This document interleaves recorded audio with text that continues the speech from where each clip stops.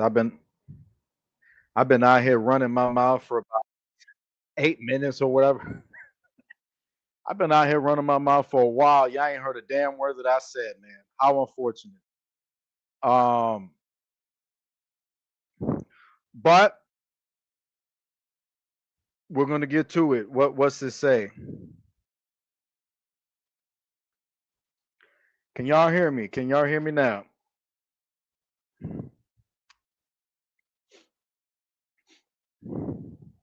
If y'all can hear me in the comments, let me know. And I appreciate Shandini giving me a call. All right, thank you, thank you, thank you. Sorry about that. That damn mic was muted. Yes, sir. We are live and direct. We are here. I want to thank y'all for tuning in. It's been 9 minutes too long already that I've been talking to myself. So we're not going to waste any more time. But a quick, small introduction is going to be yes, indeed. Big shout out to CJ Mondo. Big shout out to Enrique from AHW. Shout out to them boys, been showing us a lot of love, like I was telling myself for 9 minutes. And appreciation to y'all. A lot of interesting things going on in Carbon. Seeing a lot of positivity, different things that have been going on. I'm pretty sure that DJ Chaotic is backstage and heard every word that I said. And we're gonna have some good laughs when he walks in here right now. But y'all didn't hear what the hell I was talking about. Sorry about that. But yeah, shout out to y'all. Much love. You already know what it is. Um, and CJ Mondo really put this thing together. Let me make sure. It says, okay, we got Nick Kai Ken. All right. All right. I was saying I had my back turned. I didn't know that the mic was muted. Sorry about that. But got different people in the comments. I'm trying to keep up. But yeah, much love to y'all. Much love to, you know, want a big shout out to Enrique for sending me that great message that went up on Facebook. It meant a lot to me. And the reason it meant a lot to me before we started, just because um, I think a lot of us don't get enough credit and call for the time we put in.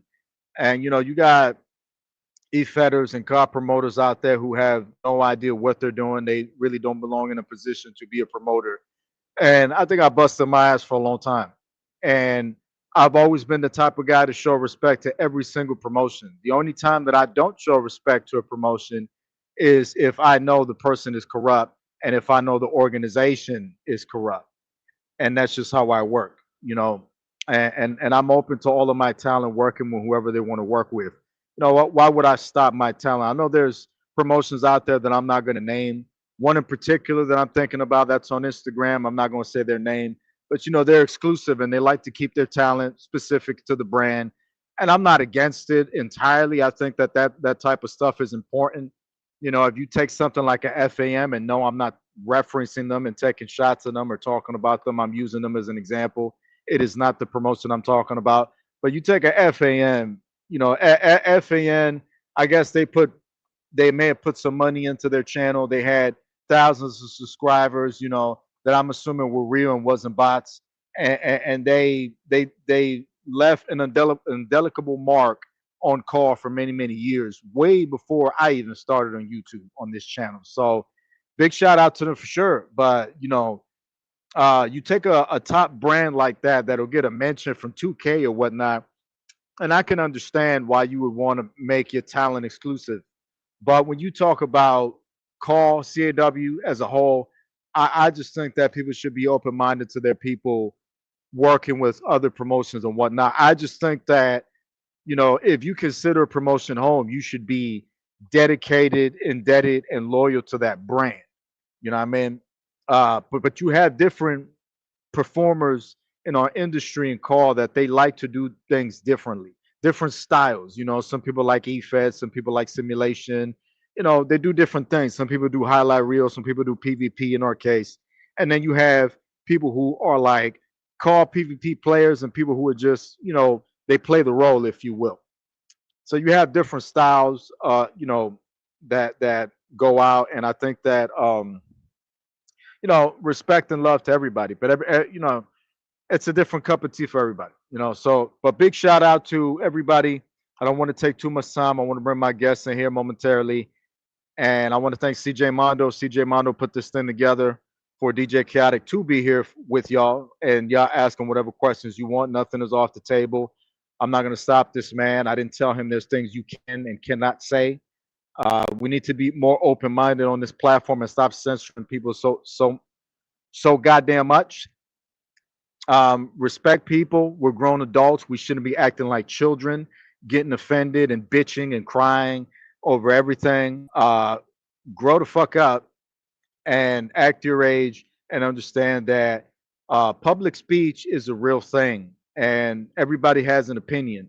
You don't have to agree with that opinion, but you have to be open minded that not every single person is going to think like you, be like you, want to follow what you follow. Everybody has their own methods, their own philosophy. Without further ado, I want to take this opportunity and y'all smash that like button for sure because I want to take the opportunity finally. Um, been talking for a long time. Jesus Christ. Take the opportunity to go ahead and introduce a man that has been backstage. I have not been able to talk with this man. We've been messaging each other back and forth. And I have the opportunity to talk with him now, see what he's about. And this man is CJ Mondo's TNA television champion, six shooter promo artist. Please welcome to the stage right now, finally, DJ Chaotic. DJ Chaotic, What's finally, up? What's welcome to up? the show. Yep. It's been a G- pleasure. It's been an honor. Thanks to CJ for setting this up. You know how I go. for I'm his sure, man. television champion, so owner of KWF slash XTW.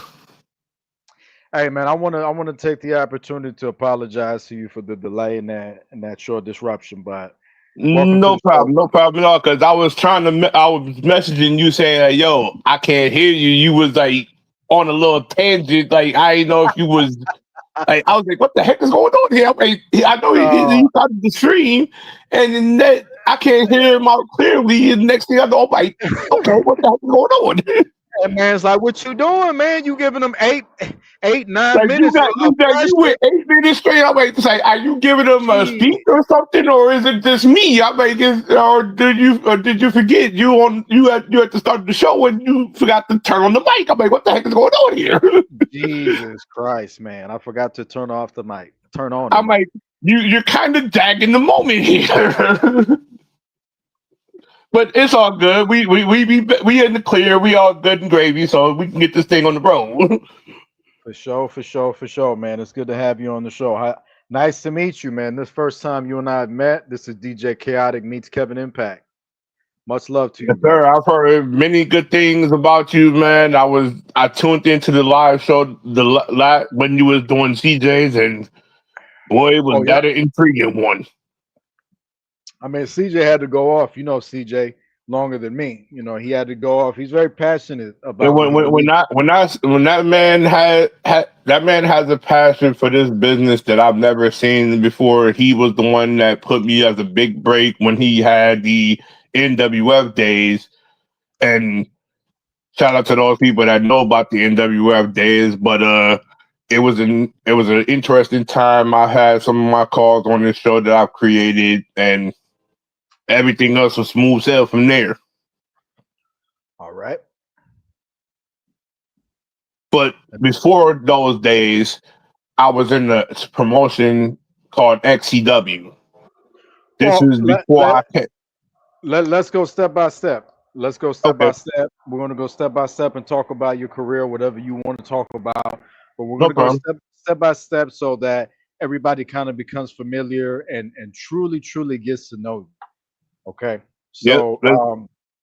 So so DJ Chaotic currently is wrestling for CJ Mondo's promotion, which is TNA. Yes. And TNA is Titan Nation Titan Alliance, I Nation believe. Alliance. Yes. Yeah, I had. That's the promotion. I'm glad I remember it off my mind. I'm like, I was gonna check. I'm It like, was I like right at remember. the top, like Yeah, I'm because I was gonna say, I you was thought it about to was draw a W. blank there for a minute. I was about to say Titan Wrestling. Like, no, ain't no W in there. It's Nation. because Yeah, it ain't the real deal kind of TNA. It's Titan Nation Alliance, not total nonstop action. Like you was gonna say the name of the actual company that's out in IRL, but yeah. it's literally has those letters, but just different name. I just wanted to make sure that people understood what TNA stood for in CJ's world. You know what I Gotcha, mean? gotcha, But yeah, gotcha. definitely Titan Nation Alliance is where you are currently competing at, and we're gonna get to some more of that. But we're gonna rewind a little bit because this is the Gotcha. first time that you and I have met. Yep. Um, and this fan base, you know, what I mean, you've been wrestling all over. You have known you're a champion. You're good talent. But to the JTV wrestling fan base, you're an unknown. You're an unknown entity walking in, and there's that curiosity factor. Who is he? Right, right, right. What is he about? You know what I mean? And that's what we're here to dissect. So going back in time, DJ Chaotic. Everybody has an origin story. You had an origin story. Now, as I got to see your picture last night, you got to meet that boy right there. You know, so big props to you. Um, I could see that you may have been around for quite some time. So I can assume different things. I can assume you could have started at 64, PlayStation. I could say anything, but we'll get it right from you. Where did DJ Chaotic start? Here's where I started from.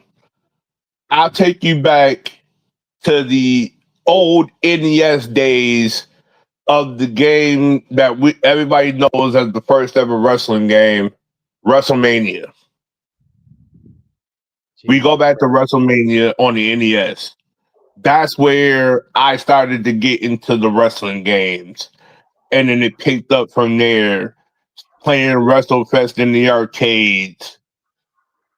Everybody remembers WWF WrestleFest. If y'all don't, it's a very popular game. Do your And research then if it, you don't. and then it led into having WrestleMania 2000 to No Mercy to the SmackDown, uh, Just Bring It, Know Your Role, and then gradually increased to now. Okay. Well, let's rewind one more time. You started out because DJ Chaotic didn't start out in WrestleMania because Yeah, I'm just saying, like where I started re- playing the wrestling games is right, there, but right. where I actually started was WWE 2K22. Okay, we'll come back to that. But with WrestleMania starting out, because Yep. WrestleMania was before Call existed. WrestleMania was at a time when all you really had was just wrestling fans. You had wrestling Yes. fans. You know, we was on the way up. You know what I'm saying? We were young, and WrestleMania was a gift, just like a lot of those games that was coming out at the time. You didn't have Call Yep. until the War Zone, and I think that WCW Mayhem was the first WCW game to feature create a wrestler. Is what it was back then. Now it's create a superstar or whatever, you know. So, so this is interesting because you said that you started out DJ Chaotic in 2K22. Yes. How is that possible when you had Call going back way back into the I'm, 90s? I'm gonna explain that to you. Go right ahead. Here's the thing, because how I got into it was because I was on Twitter just stumbling through Twitter, as had 22, and then I came across a promotion on 22 where I seen a trailer. Now, short little trailer, don't get me wrong, nice, presentable, very, very well professional. But then I said to myself, I looked at the people in the trailer and I'm like, this is kind of what started the intrigue to get into the EFED business, get into the car community, start to see what my creativity would be by looking at some of these very well individuals that created their wrestlers and be inspired to create my own. That's what started the whole trend. Then that led me to a guy by the name of Miles Logan. Shout out to you, owner of ERPW. But Mm. before ERPW, there was a guy that was running the show called XCW. That's where I started my big break in 22. Then that led me to being a promoter or GM for the show I created on my own called XCW Mayhem. Oh man. Mayhem was my first major platform to say, let me see how I can run an EFED. Then I bought guys like Jay Williams. I bought guys like Crimson Beast. I brought people like Miles Logan. I brought people like Maggie Morgan. Then I created my own characters, which was me, DJ Chaotic. And this is where I started the name KWO, Chaotic World Order, before it Mm. transcended into the Chaotic Kingdom. Now, There's go for it. Mike's all yours. No, no, Mike's all yours. If you're not done, I want Before to it hear. started I'm into listening. before it started into the Chaotic Kingdom. And then when the Kingdom came into play, the Kingdom came into play around 2K24. Now, Mm. from that point on, we started elevating into a higher plateau, getting into companies like NWF, which was ran by CJ, getting into other platforms and areas. I can't remember the names of the other companies I'm in when I Right. got the KWO in there, but bear with me. But other than that, it Yeah. all was a huge skyrocket until I started taking a downhill spiral in a company that shall not remain nameless. We all know the company. We're not even going to go there with them. But they didn't utilize me enough to where I could see my potential skyrocket. I couldn't get titles over there. I couldn't get a major break if my life depended on it until I broke away just And recently. XCW. No, this was not XCW. On the other hand, what happened with there was the guy literally was doing some shady stuff behind my back, and I was a partner. I wanted to be involved with everything, try to get stole my creative ideas to the forefront of how everything was, and that relationship didn't go well for me. Mm. So it's like, you know how you got some shady, underhanded EFED owners who only want things done their way. Of course. It took my friend that I brought into FTW, Miles Logan. He was the one that broke me away from the environment of what XCW was. So that's why he said that, yo, like, do yourself a favor. If you're gonna build your own, build your own. I'll help you with the titles. I'll help you with crafting the arenas. All you got to do is bring the talent. So I already had talent lined up in that time. I had the family. Shout out to them. Huge in the EFED business. I had people like Miles and Maggie and his cause. I had mine. So it's like it was a nice slow trend process. But then once I got other people to see my vision and creativity, they started to follow.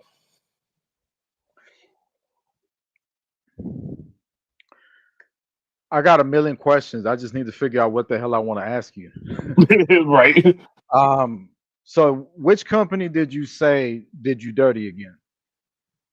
So the company that did me dirty, and we all know this company very well. O&W, which CJ knows all too well. Bunch of ONW. indi- a bunch of individuals that only cared about their cause and their cause only. You can't sit here and say that, oh, if you're going to have an EFED, you're not going to utilize the talent that you brought in. You use your own talent to build your own bread. Right. That's almost like saying, okay, you come to JTV, I'm putting my cause ahead of everybody else's. No, no, no, no, no. This is how we going to do this. Because Right. in the long run, in this EFED business, your company is only as great as your superstar you bring in. Right. So when that all happens, you have to say to yourself this: who is the real one to blame for not utilizing the talent and why he broke away from you, from the said company? Y'all didn't utilize me effectively.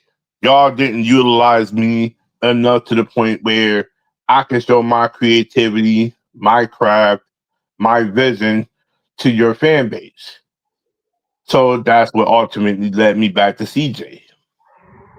And you believe that part of the reason they did that is because it was the whole politics game. They was trying to almost They like was they was trying to using hold you back. yep, the politics game. They was trying to not let me grow. They was not trying to let me succeed. They was not trying to build me as the face of their company. And you notice 9 times out of 10, you notice a good superstar or wrestler when you see him perform on that grand stage. Right. There are people out there right now that I can say is skyrocketing themselves, men, women in in this car business that ultimately made an impact for themselves just off of one show, and now other shows are seeing them for what they are. You can't see somebody if you tune into a show if they're not being utilized effectively. Right. So And in most cases, you have to adapt and build this call to being the superstar that he is. Not sit there and hold the talent back because of your personal game and you want to play politics, you want to play the backstage manipulation, you want to do the crooked thing of, oh, we're not going to utilize him if he's not active. But if I'm active and if I'm sharing your platform, you should be able to give me opportunities when I see fit. I I shouldn't agree. have to come to an owner to voice my opinion and my frustration because of X, Y, and Z that you're doing. It ain't that type of scenario, but you have some people that do that. Don't get me wrong. Yeah. But in most cases, you have to observe a talent from how they perform, how they hold themselves. Because in most cases, you may give a man a title, but guess what? What he does with the title. Are you going to be crooked? Are you not going to help other talent on the roster succeed? Are you not going to pretty much make the company feel good, or are you making yourself feel good just because you have a title on your hands? That ain't how it goes, because it goes back to that old school mentality in wrestling. You have to Right. build the company. You have to see what talent is standing out in front of you as champion. You can't sit there and say, "Oh, X, Y, and Z over here has the gift, but let's see how if we could push him to that next level." This is how stories are built. This is how wrestlers get elevated. This is how you say, "Oh, shoot!" Like one of my favorite moments in wrestling, and I'll go back to this anytime because I'm doing the same storyline myself. Let's take the Francine Shane Douglas storyline. You remember the ECW days. Absolutely. Now, Shane Douglas wouldn't be Shane. Shane Douglas was Shane Douglas. He was the truth. He was the skyrocket of ECW. But Without the question. moment he adapt and got around Francine, that skyrocketed Shane Douglas up. Right. Now that's the kind of storyline I'm doing because I'm saying this to myself, okay, I have a card that I created called Rhea Blood Rose. Mm. She is the right hand to DJ Chaotic. Mm. Wherever you see DJ, you see Rhea. On That's your top of all Francine. this, that's my Francine. You I got don't you. see nothing else. But then I adapted it more to say, okay, here, me and my Francine have a little elevated twist to this. Mm. Francine is developing my other character called Alexa Death, aka her daughter, Alexa Bloodrose. Mm. And then I'm molding a guy by my side, kind of like how Shane Douglas did. You got the four people. Like I'm molding my son, which is DJ Chaotic Jr. We're like he's like Bam Bam Bigelow and all of us together. So it's like you got to look at it from a standpoint of he's being creative at the same time, putting on a story that is captivating everybody and why everybody's flocking to the chaotic kingdom.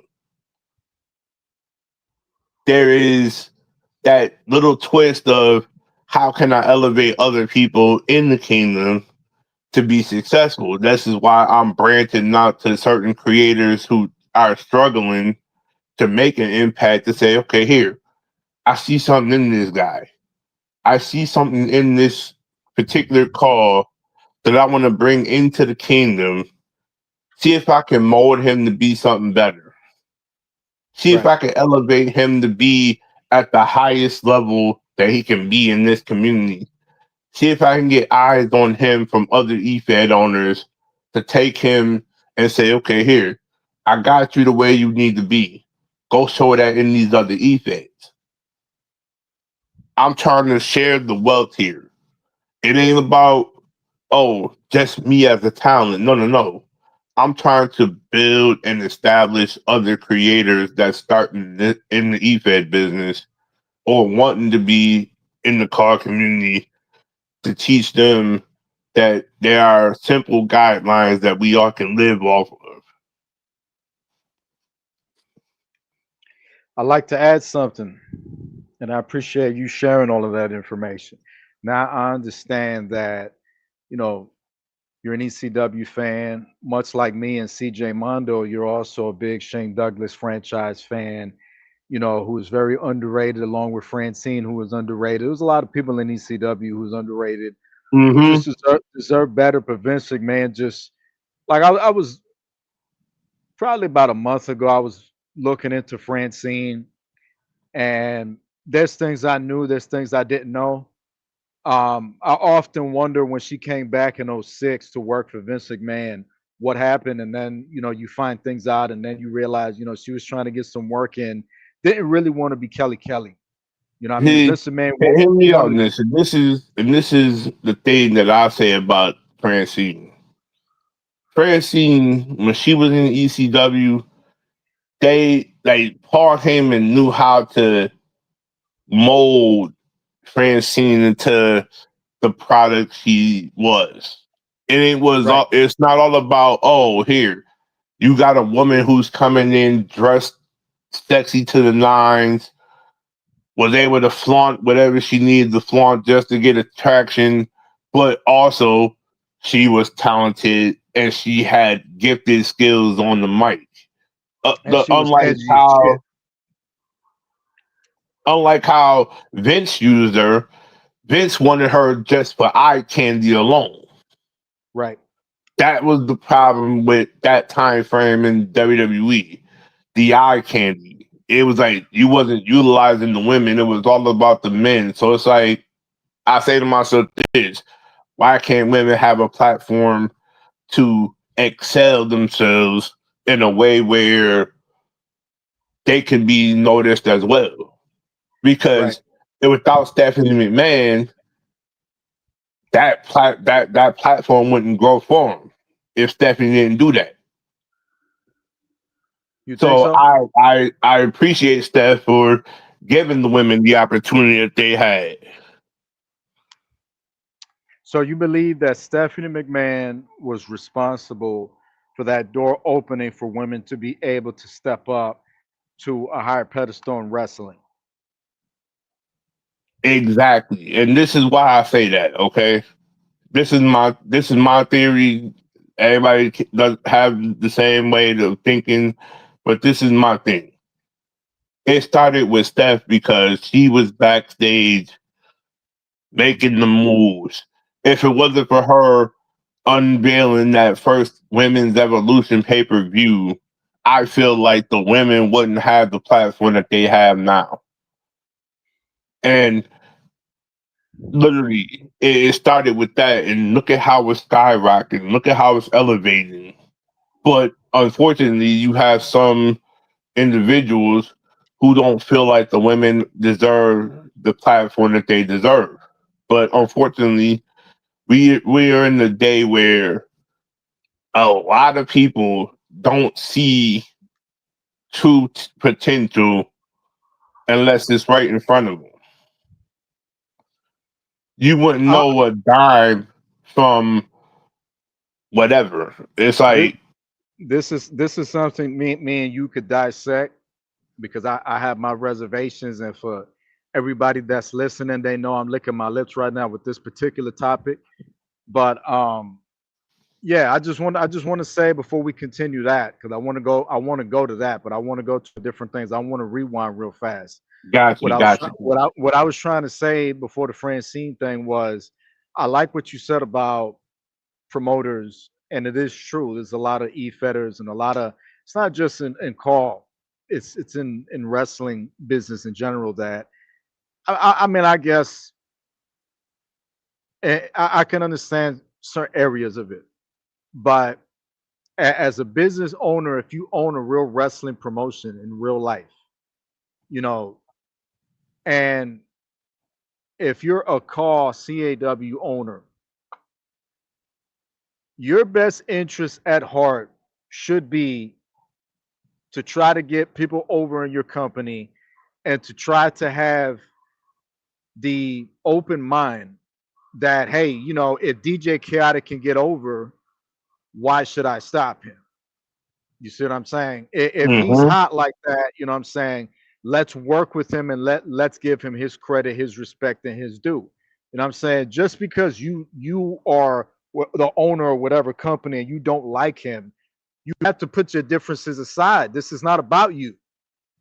It's not about It, you. it, it, it's almost like this, and I'm gonna say it like this, very strong and bold to a T. This is how I see it. If you are in the e-fed business and you seen and was valuing everything that you seen, treat your business like how IRL wrestling is. You don't, if you see talent in front of you, build them, mold them, teach them, bring them up to the success that they need to be. Because unfortunately, most of the talent that you may have on your roster may end up leaving. Somebody else may see a gold mine in the person that you had.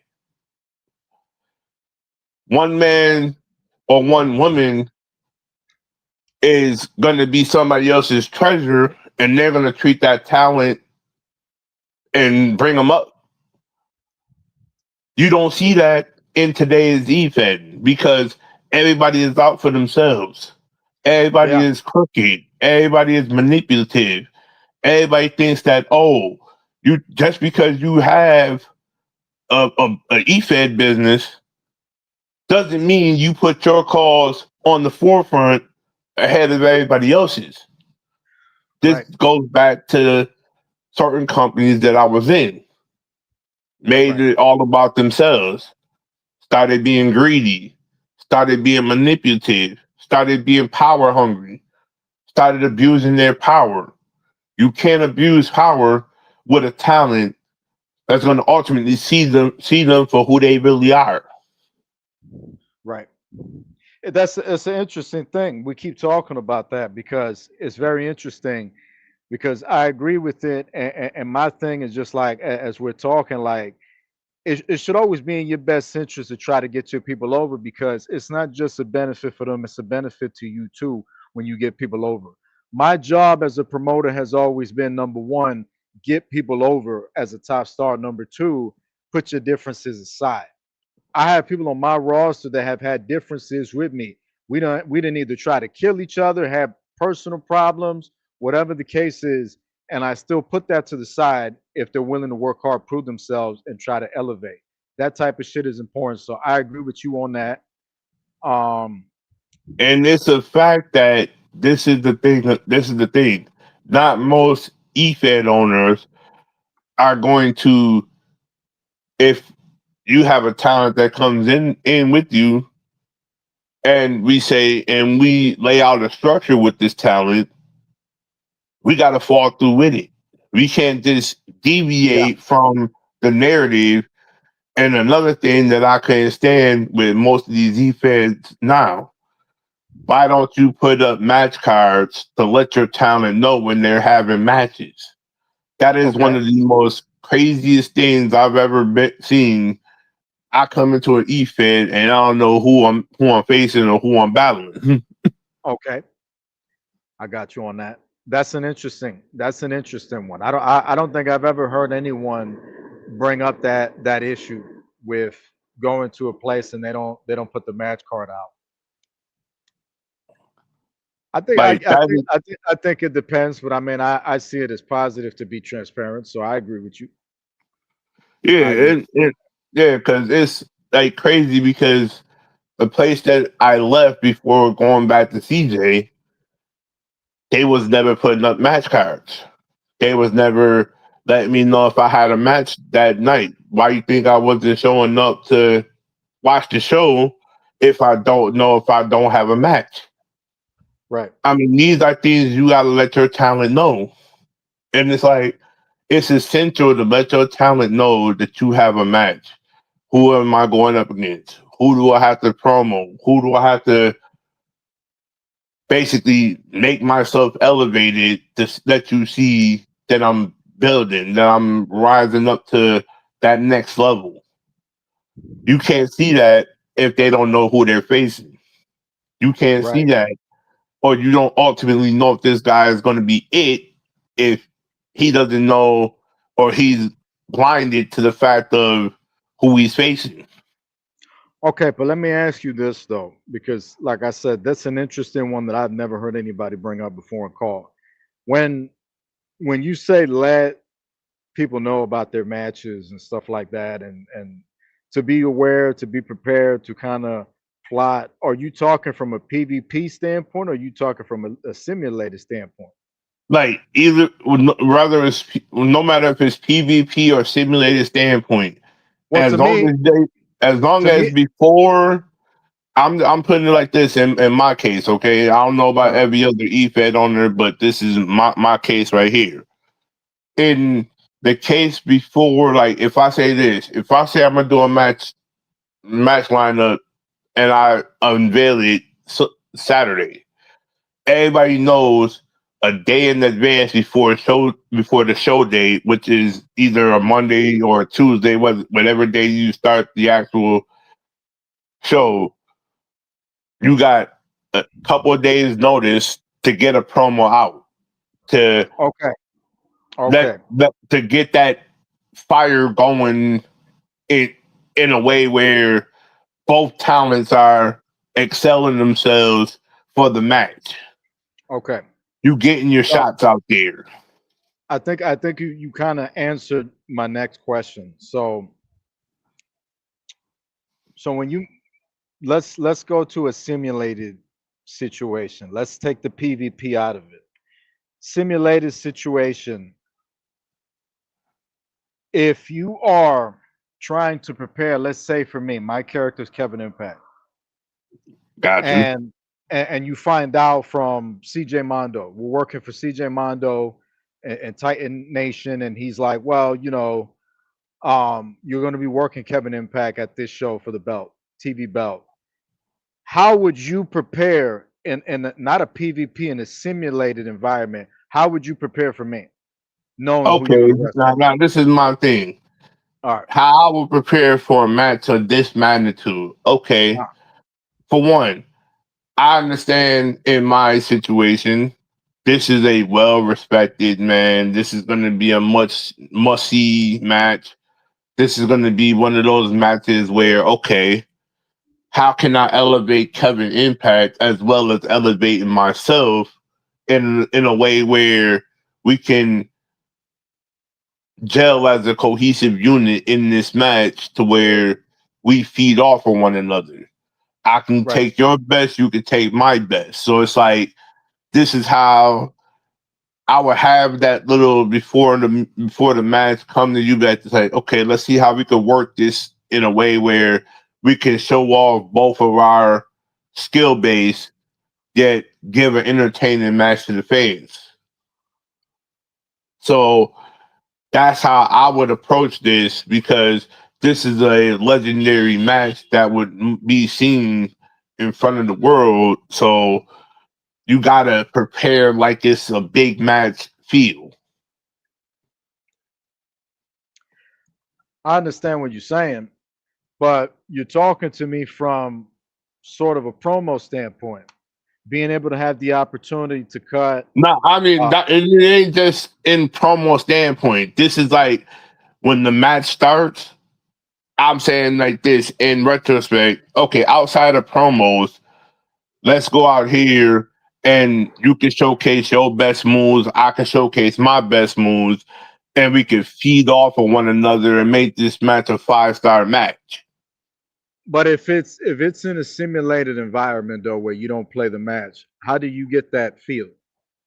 How Like are you able to do that? If I wouldn't know how to judge that because I've never really I've seen simulated matches before, but at the end of the day, it's kind of like we wouldn't know how that would play into a scenario, if I could say, yeah, because in my opinion, I've only seen but so much in short time.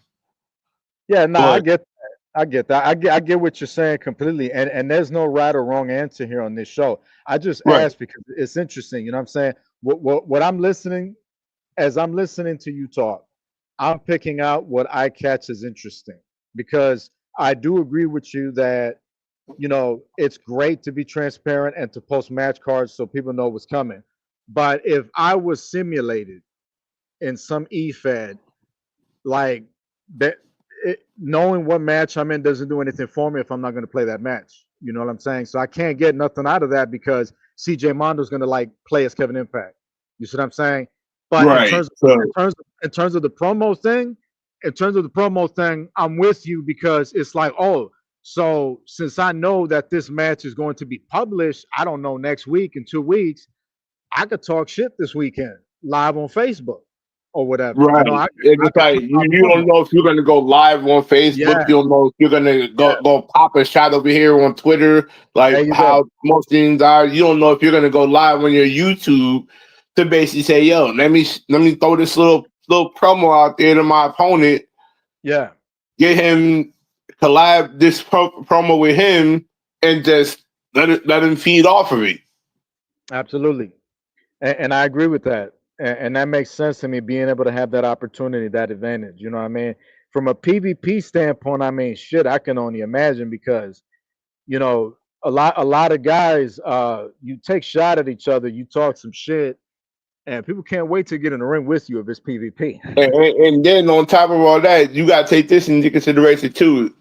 uh, That PvP factor, you gotta say this to yourself because in most cases, promo can continue as the match is going on. You can have the smack talk going on in the process of this, and I'm like, this is also another good element of about the PvP aspect because there's trash talk that can happen. There is yeah, literally endless possibility as to what can happen during a PvP match.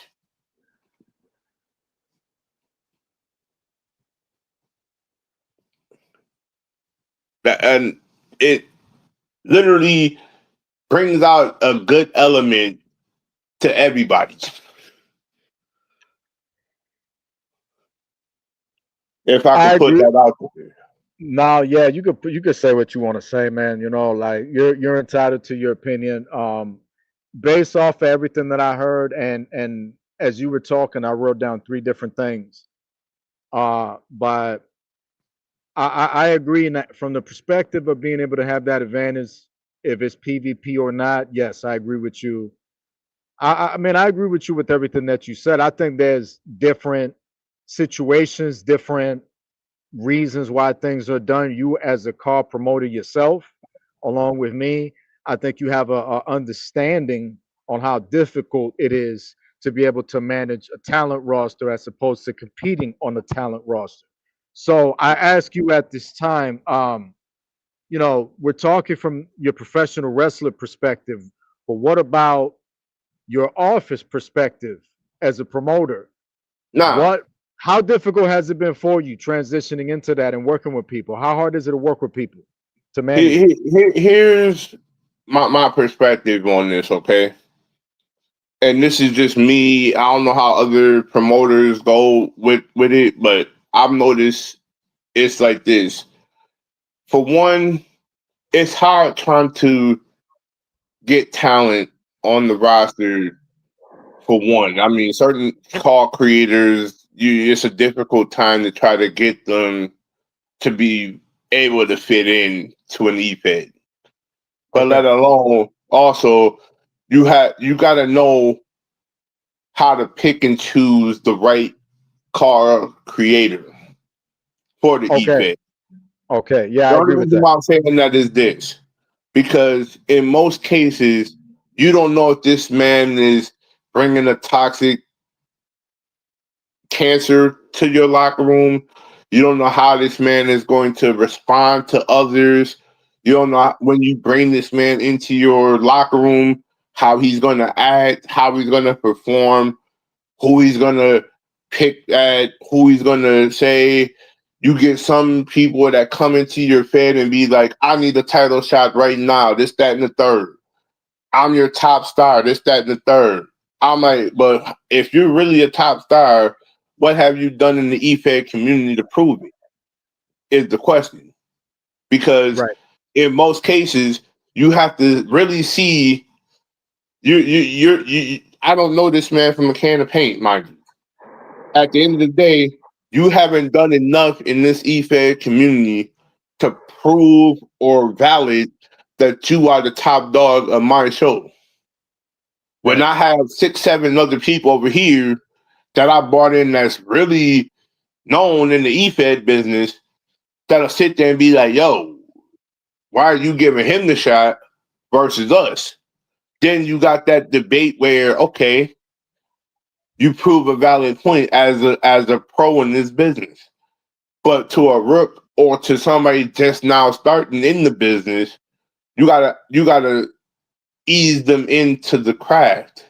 You gotta get them around somebody that'll help them elevate. That's almost like saying, "Oh, I wouldn't have elevated me as a wrestler if I wasn't around names like CJ Mundo, if I wasn't around names like Jay Williams, if I wasn't around names like Crimson Beast, if I wasn't around respected individuals who taught me the business, who taught me how to be me, how to elevate my move sets at times to you got to stand out above the rest. Like you got to have an interest that's pops. Okay, mind you, these are all things in particular, but this is the way that promoters have to view and see you as a valid creator. This is how I'm looking at it as a standpoint of okay, I'm seeing Kevin Impact for the very first time wrestle. I got to say to myself, yo, go back and look at other footage of Kevin Impact before you really ultimately go in and make this conversation with this creator to be a part of the show. You have to evaluate the tape. You have to study how he moves, how he operates, what he does to make himself stand out above everybody else. As a promoter, you have to go back and do your research on these guys before you go bringing them into your roster. Go talk to the other owners who had this creator. See what they say about him. Pick their brain about him.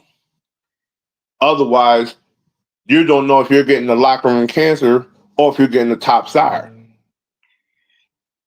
And I agree, and it's very interesting. It's a lot of places that they don't even give a shit. They'll just try to bring in toxic people because they think it's going to get them views or whatever the reason, or they'll just keep their buddies like at the top, like, oh, everybody kissing my nuts are going to be the ones that's going to be, on top, when your job should be to try to work with everybody. Hmm. Whoever wants to be the best, basically, like you're saying. Looking You into shit have is very, to, very important. yeah, I like it's how like you you think. have to literally make that narrative. You have to be, as an owner, you got to have in the back of your mind to evaluate and observe. Go talk to other owners and see the landscape of what what this car creator brings to the table, because you don't know if he's a cancer, you don't know if he's been in trouble, you don't know if he's a toxic person, you don't know what he's been posting on social media, whatever the case may be. But these are the things you got to observe to bring talent in. Absolutely. And I agree with what DJ Chaotic is saying there, but I'm going to flip it on y'all and I'm going to hit y'all with this too, because even though I do agree, I'm the type of person that I like to swim in the dark ocean, so to speak. I like to take a chance. Not always, but from time to time, I like to take a chance because it's interesting. I've heard my name thrown around time and time again, people taking shots at me, having an issue with me when they know they were wrong. But that's interesting to me because um, time and time again, with all these opportunities that have been given, uh, I always have taken the time, even with somebody coming to me and telling me, oh, CJ Mondo's this, CJ Mondo's that, DJ Chaotic is this, he's that. I don't just go, it's true because they told me. I get to know DJ Chaotic and I get to know CJ Mondo and I get to talk with them. And in time, I get to know who and what they really are. You know what I mean? And I'm the kind of person that, again, I agree with what you said. And that's the best way to do it. I recommend y'all doing it the way DJ Chaotic said. But for me, I like to try to get to know somebody and see how full of shit they really are. And when And I find out how I hold on, wholeheartedly agree with what you're saying. hold on, let me just add this. I take my chances, and then when I get to know somebody's full of shit, then that's just it. And the message I'm gonna convey while agreeing with DJ Chaotic is that if you went in not knowing, like DJ Chaotic said, you should definitely try to do your research. And keyword is try, because none of us are perfect. You try. If you could try to know somebody, do it, like he said. But if you don't know somebody and you're bringing somebody into your promotion and putting them in the position of power, and you find out that they're walking cancer, my advice is this: once you get to know how full of shit they are, be done with them. Move on. Don't continue it. If it's really, really bad, just don't even try to even fix it. And individuals that want to try to follow them and say that they're your friend and stuff like that, knowing that they're shit, you break from that, man. You know what I'm saying? You block all these people, you get away from that. You don't need people like that in your life. You know, positivity is what you try to look for in call. It's what we should all be looking for in call. And some people have an issue doing that, detaching themselves not just from friends that are linked back to these people, but a friend that may have turned out to be like that, or not even a friend, somebody. Because A lot of these promotions, you as a promoter, DJ, we all know that not everybody on your talent roster is your friend. Some people are there for opportunity. You know what I mean? I See, understand that about my roster. That's why I always say, look, if it, you're only if you only here to be successful, I'm gonna pass you the mic right now, real quick. If you only here to be successful and you ain't trying to be my friend, don't tell me you love me and don't tell me that we're friends. Just keep it business. You know what I mean? What you here's got? the thi- here's my thing on that, right? Uh, Because this is my thing about it. You can be like the friendship kind of grows as you're elevating in the car community. Because here's my thing about this, right? Sometimes everybody, and real quote to this, is not your friends. right. Sometimes people see your company and say, "Oh, this is a rival. This is this. We don't Yeah. need to see him grow." Like they abuse their power to the point where they try to take your talent and think that they can ultimately use them better than you can. Right. But Right. there are Right. Right. some people that's in your company that'll be like, "Yo, I may Uh, have a seat there under that says, yo, I got my loyalty over here. right. You don't have my loyalty. You've been a snake since you've been over in said EFED, but yet ultimately you want to see yourself be the dominant force of the company." Sometimes I look at people and be like, say, yo, I don't go off a friendship basis. I basically be like, yo, if I'm gonna be an EFED promoter, I gotta look at this as a talent relationship. This ain't a friendship, but we I separate my friendship from the business. This is sometimes you got to have that narrative, but in the most cases in the business, you grow to be a much bigger entity. They'll look at you more like, oh, okay, we're in the business, but as a friend, how can I elevate and be the same way in the EFED business? And you kind of teach them the ropes, as you say. Right. You got to build to grow because if you're treating this guy as a friend, he's going to abuse his power in the long run to ultimately get what he wants. Now, Yeah. that's, Damn, man. That's deep. That's deep. now that's how I've seen it It's true. happen in multiple e-feds That's true. where somebody will leech on to you just to get themselves over you. Yeah. And I'm just saying that because this is where we are in this current day of e-fed. People leech on to those to try to grow themselves over you. Now, I've had that happen. It's like, in case in point, back in the company before I joined CJ, they was leeching their power over me to try to ultimately think that they're better than me, but they just showed their true colors before my eyes because they was also trying to be the buddy buddy routine to me. Okay. Now Mm. we've all had that happen in our EFED careers. Somebody leads on to you, try to soak in all the knowledge from you, try to get the tools of the trade, but then ultimately cross you in the long run. Right. So it's like you have to see and observe. You got to be almost 5 steps ahead of everybody on your roster. You got to be more savvy than them, if we could put it that way.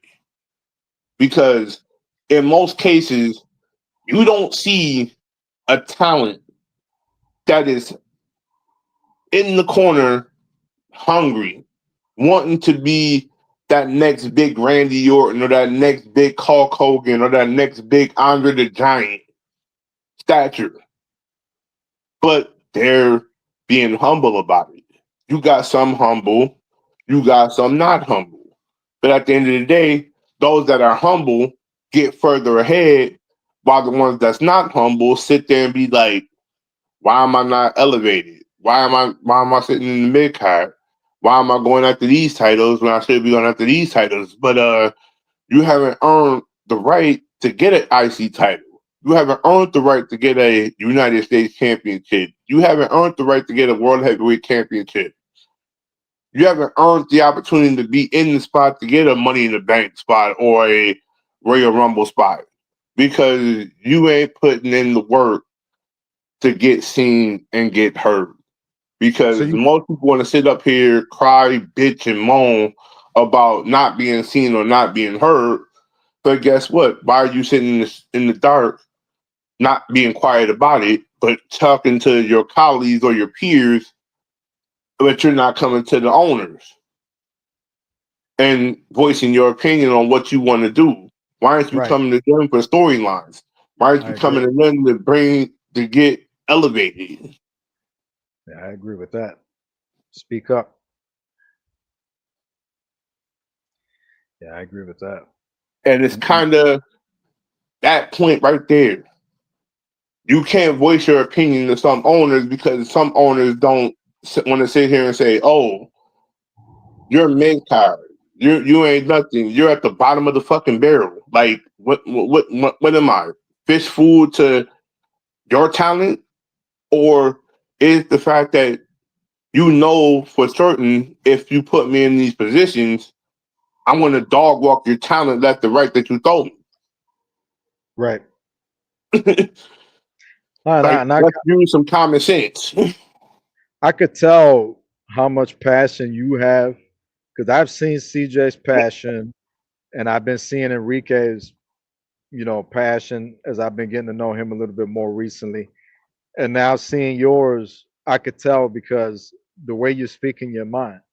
And it's always frustrating to see a good talent that speaks their mind that want to try to climb to the top get held back. That's one thing I hate about wrestling, in my It's opinion. like a gold mine person when you see it. You see the hunger, you see the passion, you see the desire that this person may have, whether it be a male or whether it be a female. But at the end of the day, take the risk and use and see what you have in him. Because most cases, you don't see none of that in the car community. You only see people because unlike most e-feds, there are some e-feds I'll tell you right now. Why do you have your favoritism play a huge role in your e-fed? There should not be a thing called favoritism in an e-fed if you are not trying to utilize all the talent you have available. If you're Yeah, not utilizing all your resources. agree. Completely agree. Because this is what's wrong with the car community today. This is what's wrong with the e-fed world. You see all these shows. You can see your show. You can see CJ's show. You can see an Austin Raid show, or this over here, or this over here. You don't. All you see from these people are you see the positivity. You see them using their talent. You see them elevating a lot of people. You see them, in most cases, putting talent at the forefront. But then you go over here to these other e-feds and be like, yo, why do we see X, Y, and Z talent, about six, seven people, couple girls, couple guys, as or as the face every single day?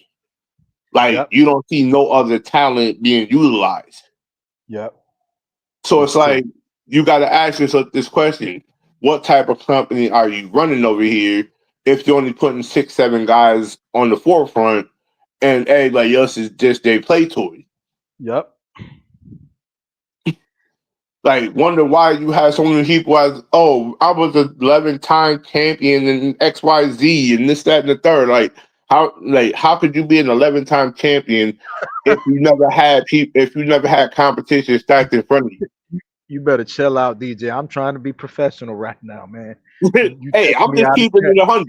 Yo, chill out, man. Chill out, man. You need to chill out with that shit. He got me dying. It's true though. That's how you know how full of shit they are. Like an Hey, 11-time champion, you gotta chill out.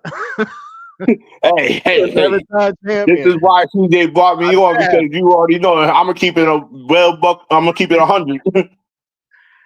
Oh man, keep going. The mic's all yours, man. Hit them with But it. it's almost like you have to really observe and see what you have. Like if you didn't have a conversation and this was a new face coming to you, so it's like, yo, you got a new face being introduced into the eFed business, into this car community, into this world we live in. How do we elevate this person as the first thing that we see here? We got to say, oh, what name do you want to go by? That it always starts with the name. The name is what's going to attract people to you. That's almost like saying, okay, before DJ Chaotic was a thing, back in high school, everybody knew me by the nickname J Rock. And I was going to be like, yo, I was going to put J Rock as one of my I was using that at first when I started doing the creations back in SmackDown versus Raw 2007. But I was never really in a E-Fed business at that time. I never really knew about the E-Fed world, period. I mean, I'm just being honest here. But Yeah, where I started was it started around that 22 to 20 range when I started really looking into it in the Twitter stages. Started to see what people were standing out, started to get my feet wet into this whole thing. But then it right. started when I met Miles Logan. Miles was the first one that basically was a true friend to walk me into this business to say, here, you build them, I'll bring them on the show. Let's get you elevated into this whole thing. Cause I wouldn't have been elevated and etched into this if Miles didn't put his best foot forward for me. That's where you know a real eFed owner if you see them when they put their best foot forward to put you as the focal point. And you met him in 2K22 And I met him before. in 22. Okay. All right. Let And me that's when he rewind. came. Like I met him in 22 because he basically, I talked to him when I was running my XCW Mayhem show. Okay, but before we go back to him, because this is interesting to me. Before 2K22, I mean, you had a shit ton arsenal of eras that hit us. 2Ks and SVRs and SmackDown 1 and 2 and No Mercy this and Yeah. WCW Mayhem that and even Backstage Assault, as bad as that game was. So I'm wondering, DJ Chaotic never made a presence during none of that era? At that time, DJ Chaotic was never really a full blown thing until He didn't exist. I didn't even have the name DJ Chaotic back at that moment because I was still trying to find my niche. Okay. Oh, And if anybody in the car community knows, you have to find your niche before you really present yourself in front of owners. Finding your most niche is basically that most of the time it's beneficial. Most of the time most of the to time finding your find yourself. niche. It's better. It's better when you find yourself. Like this is I, where like I I had to think find what my true self was. This is where I said I was in the lab before 22. I was always in the lab trying to find the perfect balance of moves, trying to find the right piece right, trying to find the right entrance, trying to find the right victory, trying to get the best setup that I can before I present my team or said faction to an E-Fed show.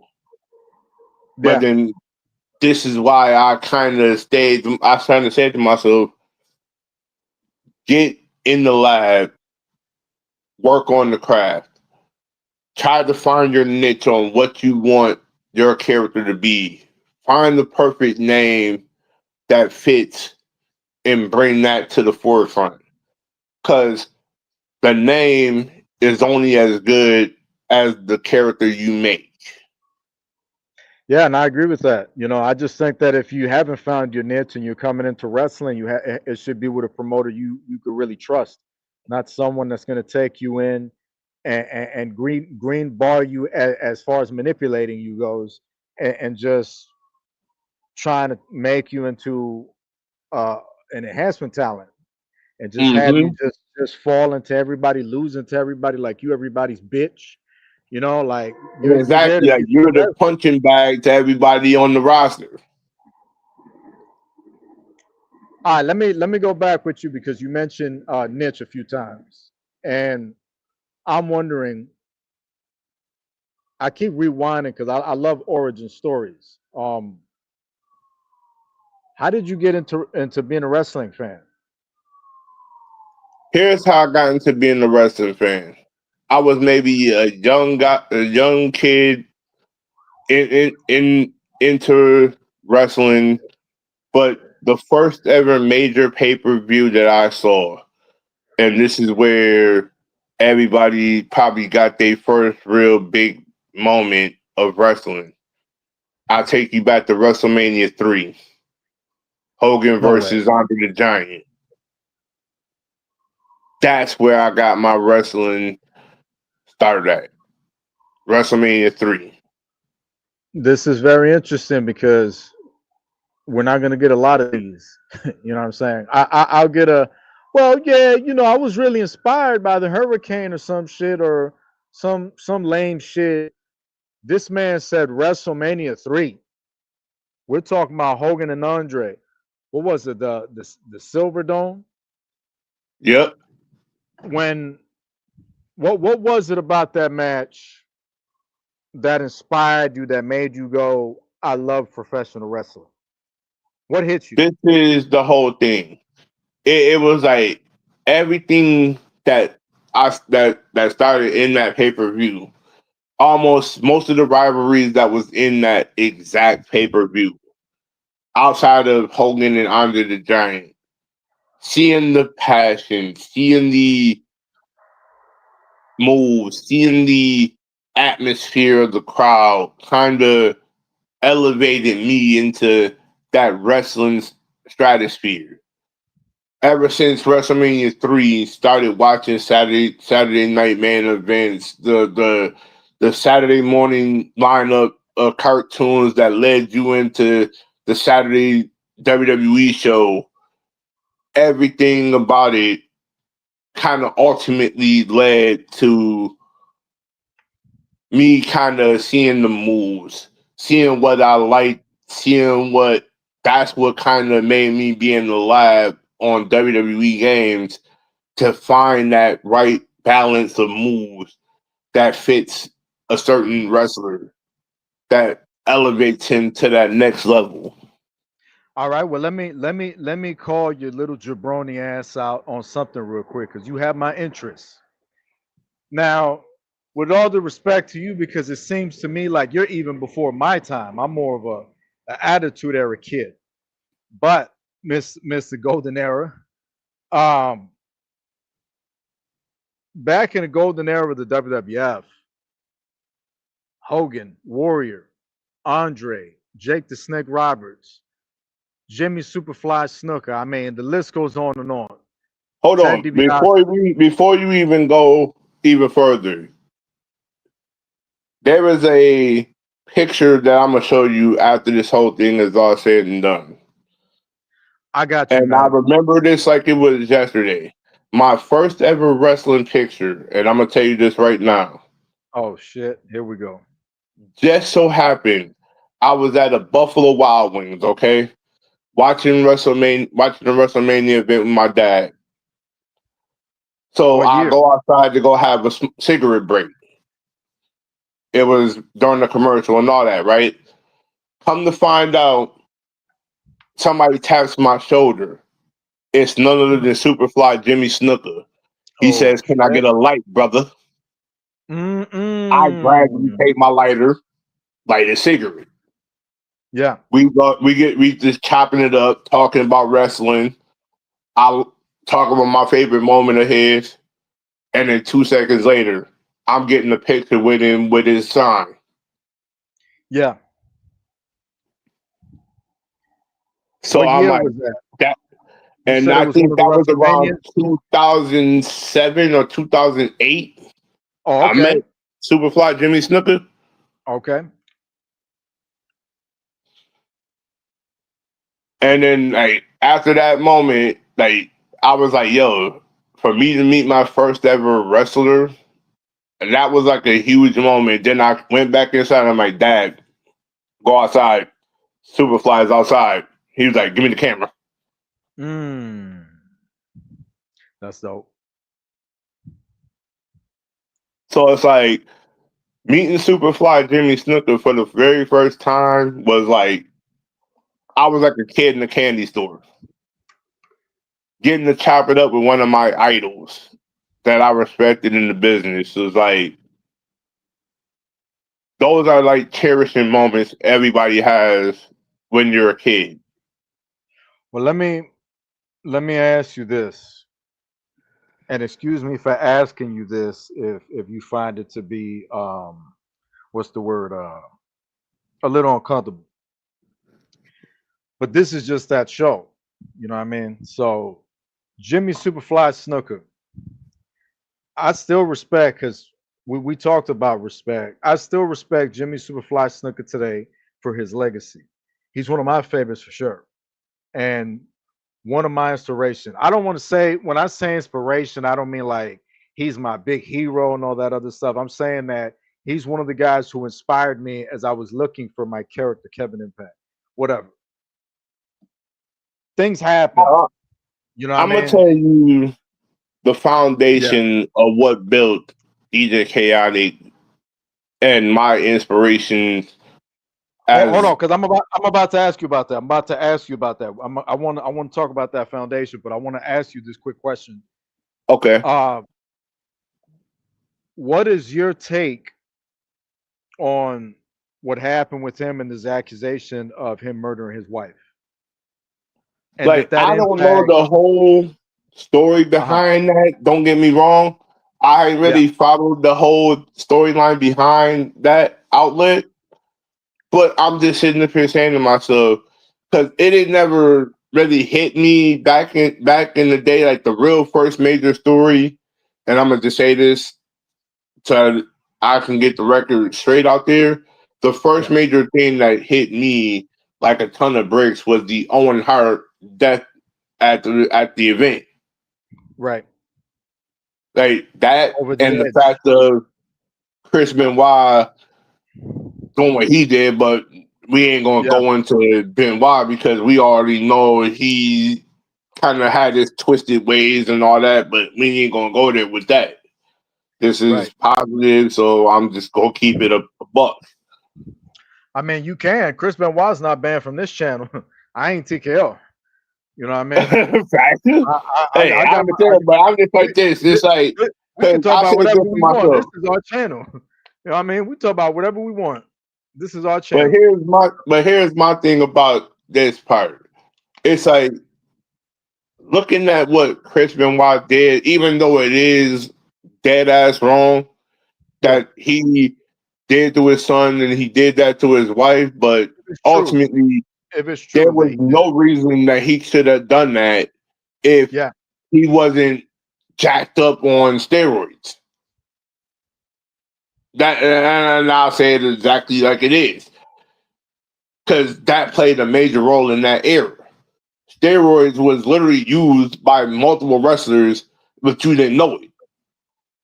You could tell how jacked they are. Like it's no apparent thing, but that's what it is. Yeah. I don't know all.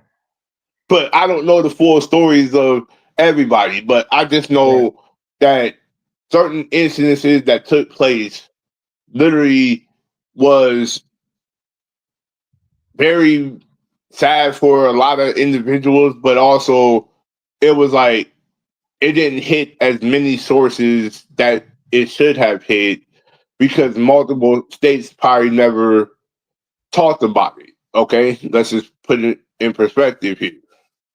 Right. But that's where everything is. The media controls the media outlets don't give you every little bit in detail. You have to go look it up yourself. All right. All right. So, even with the accusation of what happened with the wife murdering of Jimmy Snuka, it doesn't change how you feel about him as a fan. You still look at him positive. Yeah, it's like it didn't change my narrative of him as a fan because I looked at him and that's what inspired DJ Chaotic with certain moves that I like of his kind of got implemented into him. Okay. So there's a little bit of Jimmy Snuka in A little bit of snooker, you. Mm. like sometimes like most of my move sets in certain games I've had kind of was inspired by the human suplex machine Taz, I can see that. Mr. Perfect, Kurt Hennig, All right, let me pause Shawn you again. Michaels. Let me pause you again. So let me ask you this, because we getting a little gangster here now. Because I'm thinking of DJ Khaled, the character, and I'm about to talk about him. But I have to ask you, where you from, man? Buffalo, New York. You from New York? My man. Yes. New York, New Not the York, man. city area. I'm in upstate New York. Nah, nah, we don't Buffalo. got we don't have to say all that out here. Right, You right, know, right, right, right, right, right. just, just a state, just a state. Yeah, He, I'm he in New he a New York. Yorker. That's it. He a New Yorker, and we both New Yorkers, man. I knew I was sensing something, but I was built in towards this shit. I'm like, hold up, man, because at first I went slow. I'm like, nah, he's probably from Cleveland or some shit. Then I started thinking, nah, he's from like Alabama. I'm like, yo, his tone. I'm gonna have to ask him as soon as you said Taz, because ever since before we met, I was getting New Jack vibes before I came to talk with you. Because New Jack is Oh one of my wow. favorites. You know what I mean? So I'm Right. like, I'm gonna let you say. I'm gonna let you say, but I'm just gonna say that. Um, so I was thinking about New Jack, and I'm looking at him like, hold up, man. He's gangster. He's chaotic. He's like extreme. And then you bring up Taz. So you messing with my head. You really, really messing with my head. But um, I wanted to ask you because the reason I was asking you about the snooker thing and asking you about Hogan and Andre WrestleMania 3 is because at that time there was no ECW, there was none of this extreme shit going on. Right. It was just flat So out. so so I'm wondering, uh how did DJ Chaotic come about? Here's the thing.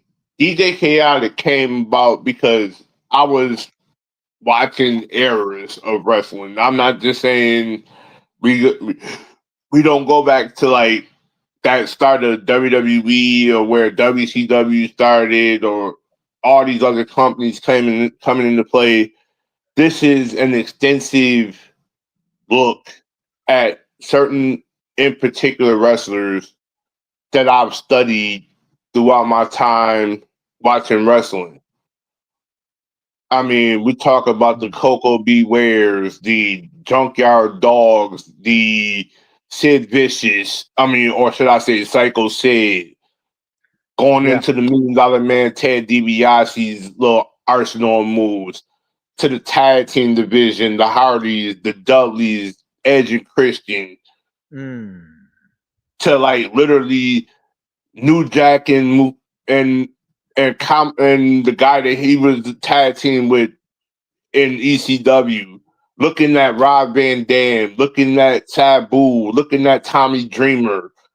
These names kind of all had moves that I implemented in certain games, and I just kind of took them and said, "Yo, let's see if I can craft a wrestler with an arsenal of these moves."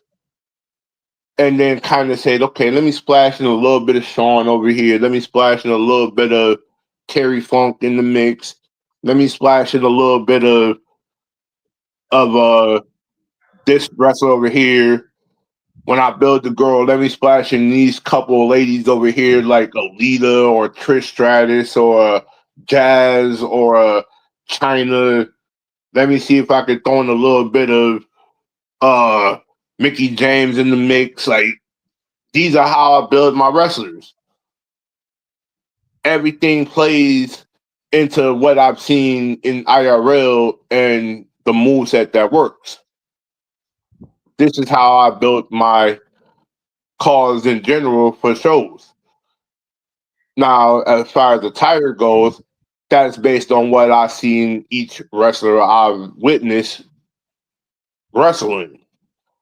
There are certain tire pieces that I'll use to kind of say, "Yo, do I want the street vibe, or do I want to go with a nice traditional style wrestler in general?"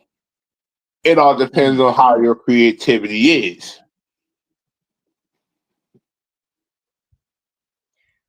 Well, what I could say is you more than answer my question.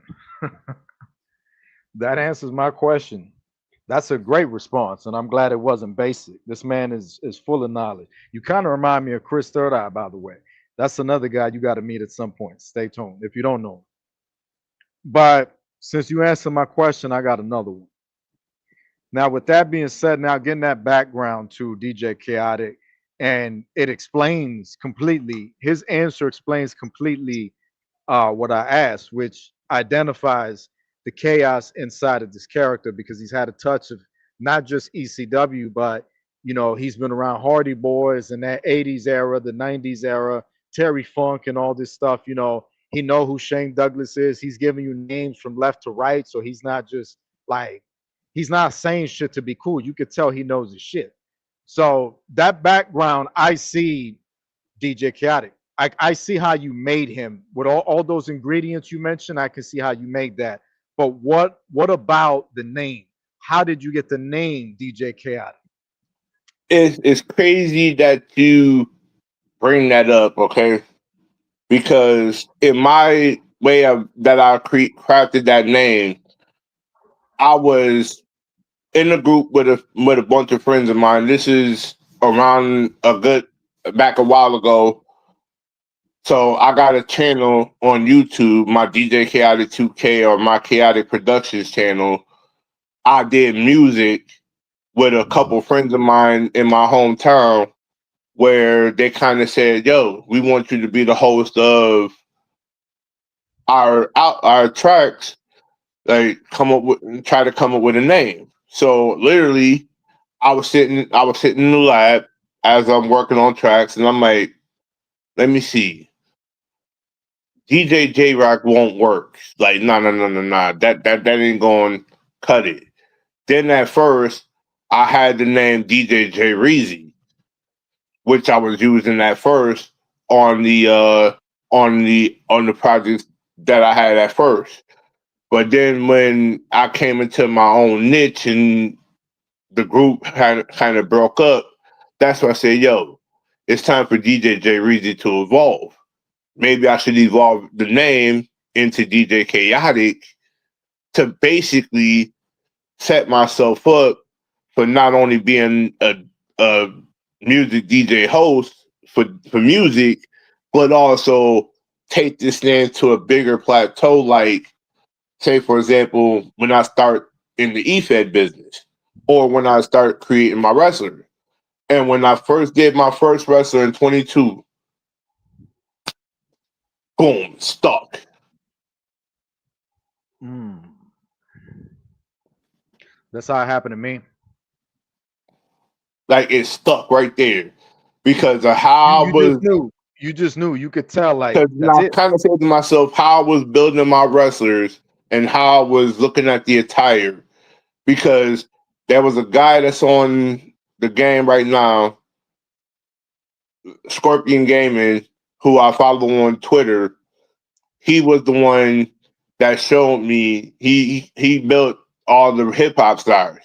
So that's what kind of I was looking at his creations and saying to myself, "Yo, maybe when I start doing the pictures, use these attires to showcase DJ Chaotic as this big time DJ slash wrestler to ultimately elevate his craft more."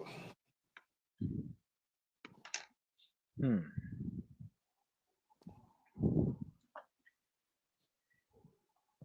You got a lot of deep thought in you, DJ. That's for damn sure. It It's ain't like it ain't when, too it ain't too often we get guests like this, folks. Go ahead, DJ. and it's What you got? like, and I say to myself this, because when I get into the lab and start to create my calls or whatever, I kind of think like, how can I set my cause to be stand out, be different from what everybody else is using? Then, like another friend of mine, shout out to Deadpool, a friend of mine, he basically got me into creating my own logos. So I started that outlook, and it went from there. Like the logos and like this picture that you see now with what you made me take on the game, I crafted this whole picture for my profile pic on Facebook.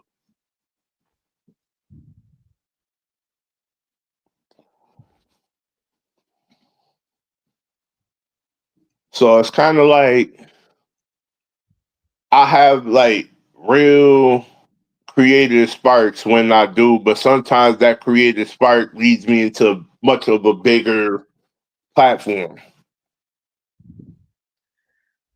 And Yeah, I man. use that creativity to help others. You got a deep mind. You got a deep mind, and I have to ask you currently are running KWF and XCW, right? Yes. I have a question, but I'm not going to ask it right now. I'm going to probably save it for later about that. We're going to come back to that. But what we're going to do Okay. right now, we're going to take the time to answer a few questions that have been popping up on the screen here. You've been having a lot of your folks in the comment section supporting you, showing you love from left to right. Same to us. We appreciate it. It's positive and great that we could come together like this. But Yep.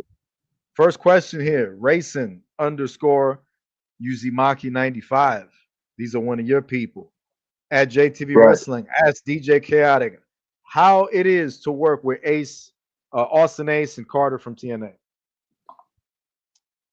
It's crazy that you bring that up because Austin, I kind of met him through a different the company that we left, and ever since I met Austin, I'm like, yo, how can I elevate him? How can I make him feel like he's important into this community that we're in? Because if nobody knows the uplift, what is the point of being around said people if you're not uplifting another person?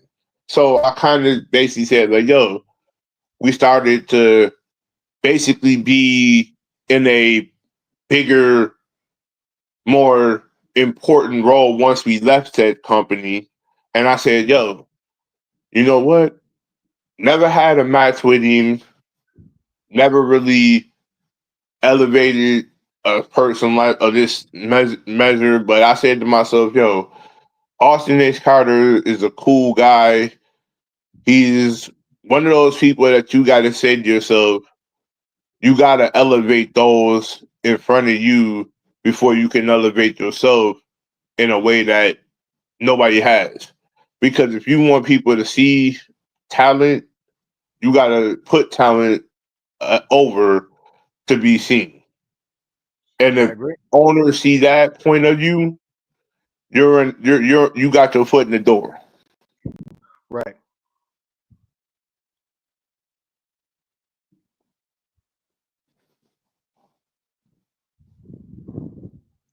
Well, there's your question, but let's go on to the next one.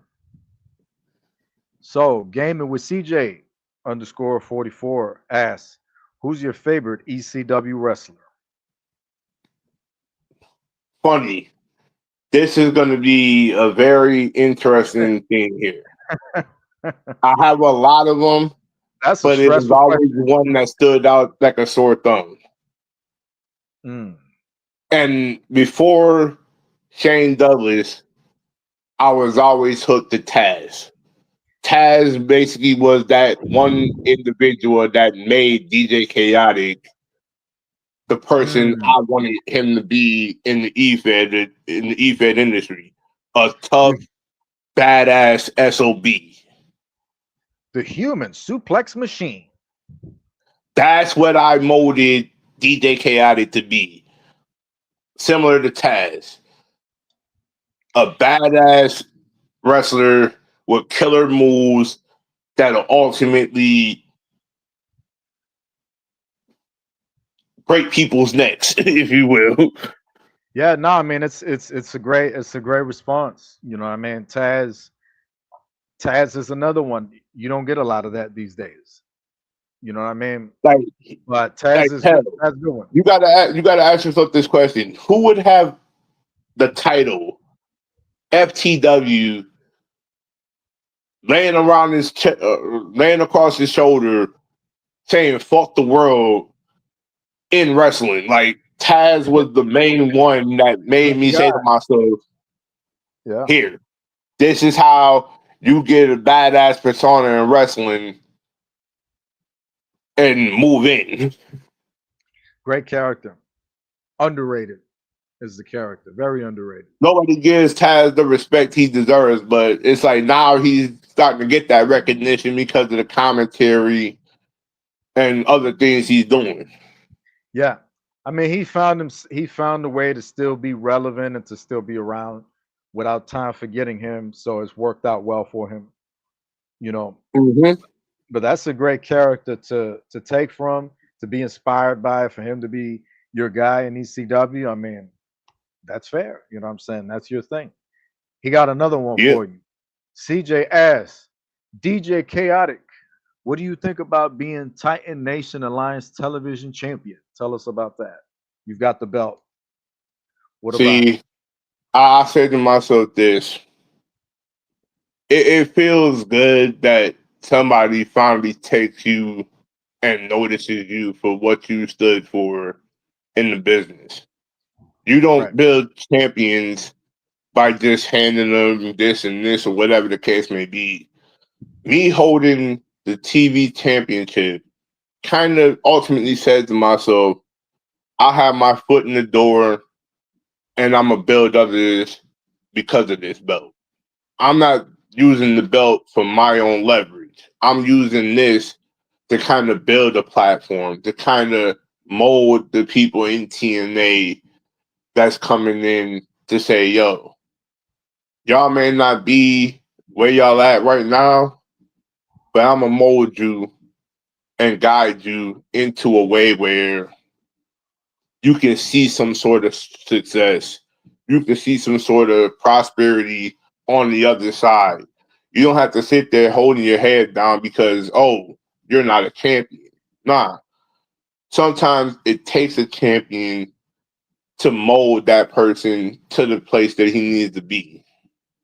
Sometimes you got to go talk to these people and be like, I see where you was. You're in my shoes back when I started in this. But in most cases, you got to put that person ahead of your own pride and greed. Right. That's what it is when I have this championship. Excellent response. I mean, they keep it coming. Before we keep it coming, because CJ got some more, I just want to take a quick moment to shout out CJ Mondo because if I'm not mistaken, DJ, you a black man, huh? Mm-hmm. Well, let me say this. CJ Mondo, as far as I know, is a white man. And CJ Mondo showed you mad love. He showed you And mad love. He told me you his boy. But And he made here's young man. and while we're on that subject, this is the thing I'm gonna say right now. I ain't never been in a position in the e-fed industry. I mean, outside of most places that's using me and all that, right? But here's my thing about this.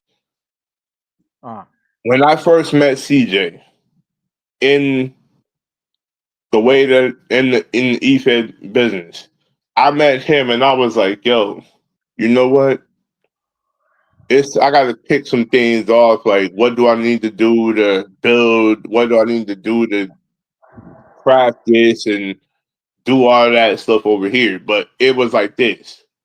It comes mm, down to this. When I picked TJ's brain, it felt like he kept it in a way where I'm just soaking it in. I'm taking it all in. But then once he did what he did with the NWF days, I said to myself this.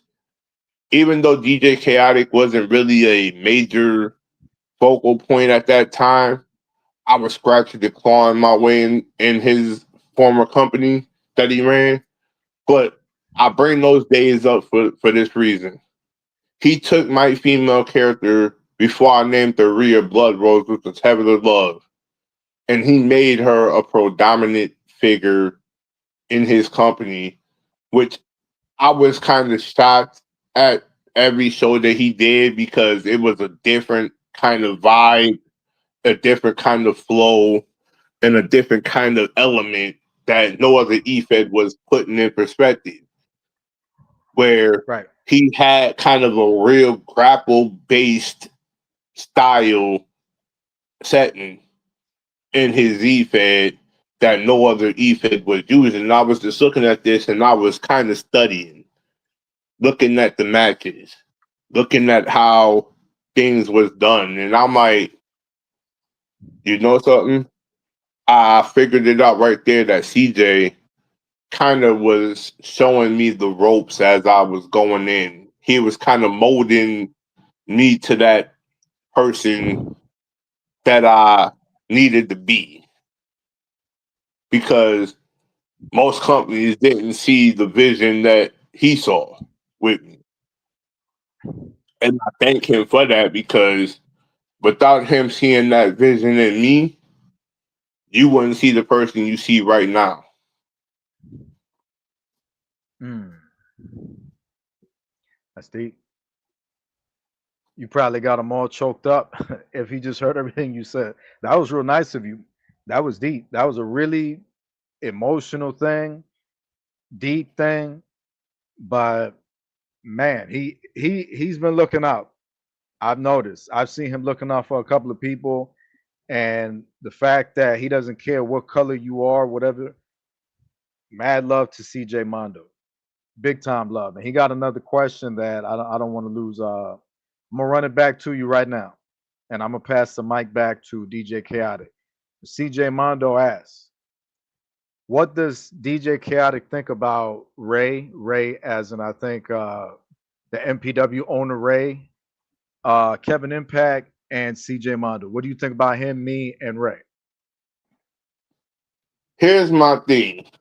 When I first met the Ray and you, I was like, yo, you know something?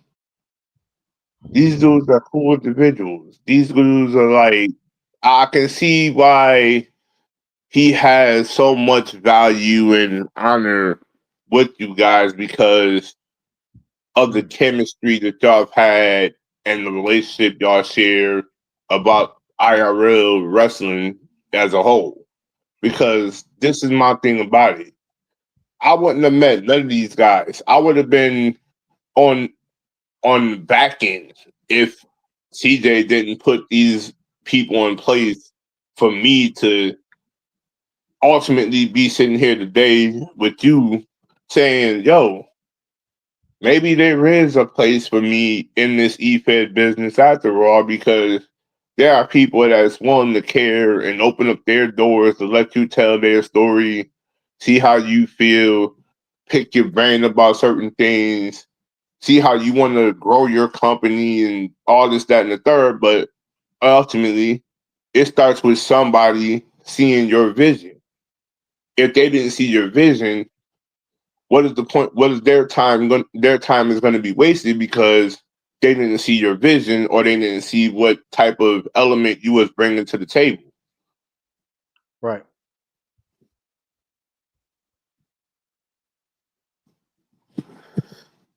So I there, appreciate. that ultimately tells you everything you need to know when you get connections like this. Take them as a sign of this is a way of growing. This is a way of elevating. This is a way of seeing your growth as an EFED owner to see that they see you as a viable piece in this community to be positive, to be momentum, to have a successful drive, and we can have our talent be your talent be my talent, so on and so forth. Hey, it sky's the limit when it comes down to those moves.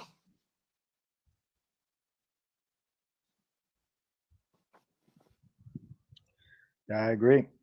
You don't get a lot of it.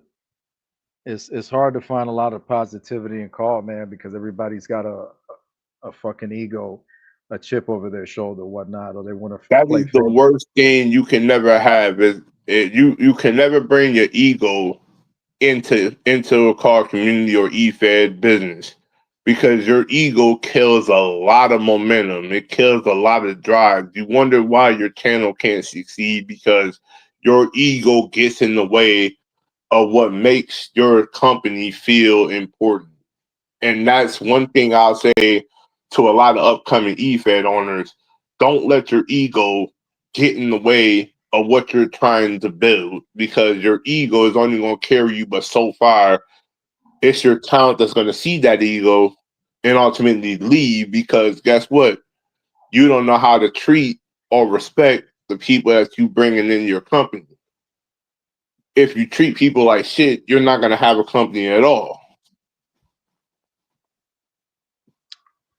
Yeah, you're gonna have to come back for a part two, man. You out here killing shit. That look, you melted the shit out this mic. Let me get this mic here. Take this one. Give me that one. Look, you melted the shit out of it. Jesus Christ.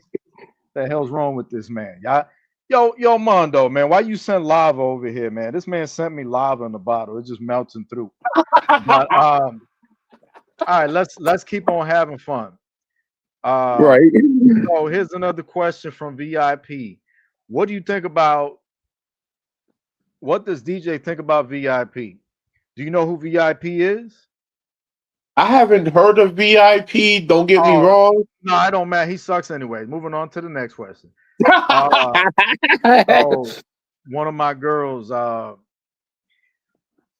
let's say this because he's still becoming familiar with the JTV. You know, he didn't really know about us, so let's just be fair to each other. We didn't know about him, he didn't know about us. We're meeting for the first time. You got to give DJ an opportunity to really get to know the product a little bit first before he can answer some of those questions. So to VIP and Or Amber Rock, look, and I'll be honest with everybody right now. These two questions that just came up, okay? I uh, will gladly answer this when I start seeing the product more of JTV, watch, study, all that good stuff, and I will come back to y'all with an open and honest answer for y'all. there That's you what I'm go. gonna say from there. There you go. Amazing response. There you go. There you go. You know, you give him some time. I'm gonna invite him back for a part two and a part three and maybe a part four, and then maybe after that I'll stop because that's too many sequels. But you know, we got we got that out of the way. We turn to Colin Klein. Colin Klein asks, which talent in JTV, TNA, FN is your favorite? Is there any? I'm gonna put it like this. Even though I haven't really seen much of the products of everybody in these companies, so I Uh, can't really give an honest answer just right now. It's because I'm still getting familiar with everybody in these companies. I'm still getting familiar with the names. I'm still getting acclimated to the product of these three companies.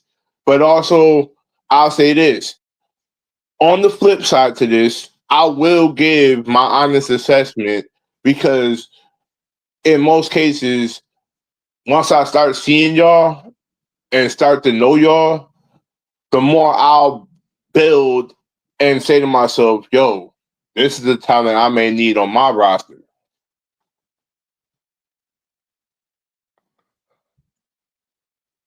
Hmm. But we got the opportunity to run it back once he's able to get some more. But that's going to be it for now in terms of that. Let's see what else y'all got. Here's another one for you from what is this? Nutty Yo Gaming. 8092 asks, what is your favorite match from Taz? Funny thing that you mentioned that. I'll take you back to one of my favorite moments of it. The infamous match he had with Sabu. Legendary barn burner. It was a all out brawl between these two. And I think that was like one of my favorite matches from Taz. And the promo game between him and Sabu was just extraordinary in that way. Yeah, they didn't even have to say nothing. All they had to You do ain't was have to just say nothing. The stand there. chemistry was there. That's it. That's it. Everything was there. The aura, whatever you want to call it. All they had to do was look at each other. Not every wrestler has to talk, and in my opinion, that's how you use Nakamura. Nakamura don't got to be talking all the time. You know what I mean? So Taz and Sabu, amazing chemistry. I agree. I agree with that for sure. If y'all got any more questions, keep popping them up. I got two more questions that I'm gonna have DJ have the opportunity to answer, and then we're gonna move on. All right. So um going to the next question. I think this is a question from Ryan Storm. Well, DJ, what do you think of to work with a star like Ryan Storm? So he's asking about himself. What do you make So of working with Ryan, I'm gonna be dead honest with you, my guy. him? You you have a very big aura when it comes down to these matches that we've had, and I mean, not to mention, it's like kind of like you don't know the chemistry is there, but ultimately you kind of find that niche somewhere where the chemistry actually shows up unannounced, like it's just given to you. That's what I see him with Ryan Storm. And it's like I had the opportunity to get the TV title from him, and big shout out to him for giving me the opportunity to get it. But on top of all that, it was like the way that we locked in was kind of like, okay, this is setting something in stone. This is setting something where it's going to build to something more better than the first one, because we may not have opportunities for matches like this or throwing fire promos back and forth, but when it happens, it's a natural thing.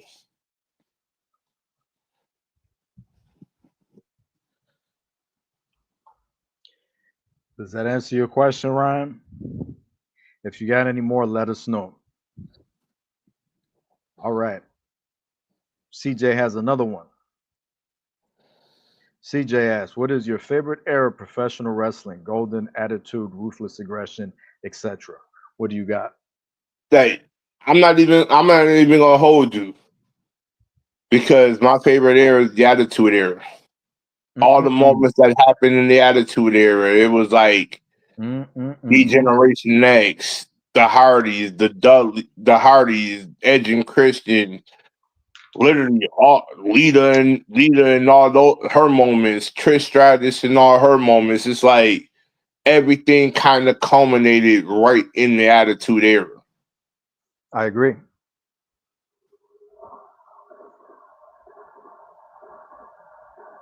As overrated as some people want to call it, but I disagree with that. You know, It was one of like the go. It was like the best time to be a wrestling fan was around the Attitude Era. We used to do things in school that teachers would suspend us for.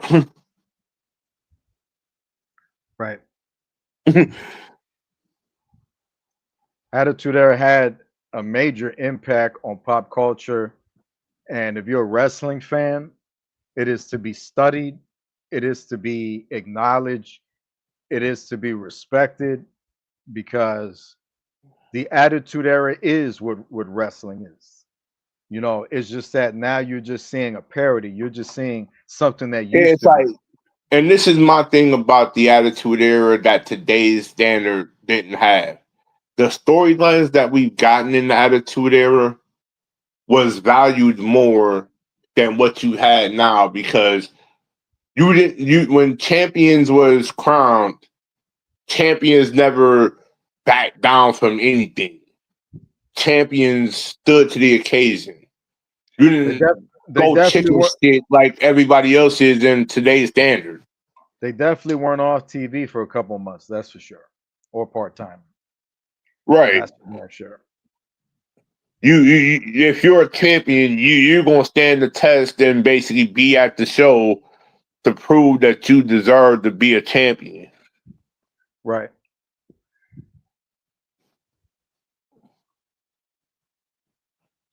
I mean, not to argue with, not to argue too much with the idea of protecting your champion and having them go on vacation and stuff like that if you're a company, but I mean, it's not a very good look when you're trying to make an example and you're the world heavyweight champion.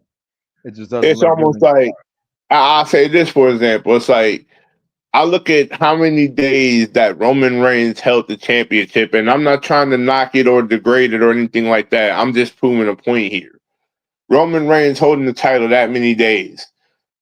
Think about the man that was the biggest holder of that championship, but he stood the test of time to defend it every chance he got through injuries, through whatever setback he had. He came out there and proved he was the champion for that many days. He didn't take days off like most people do. So it's like, this is how you know you're real when you can defend your championship efficiently and be at the show. You don't run from nobody.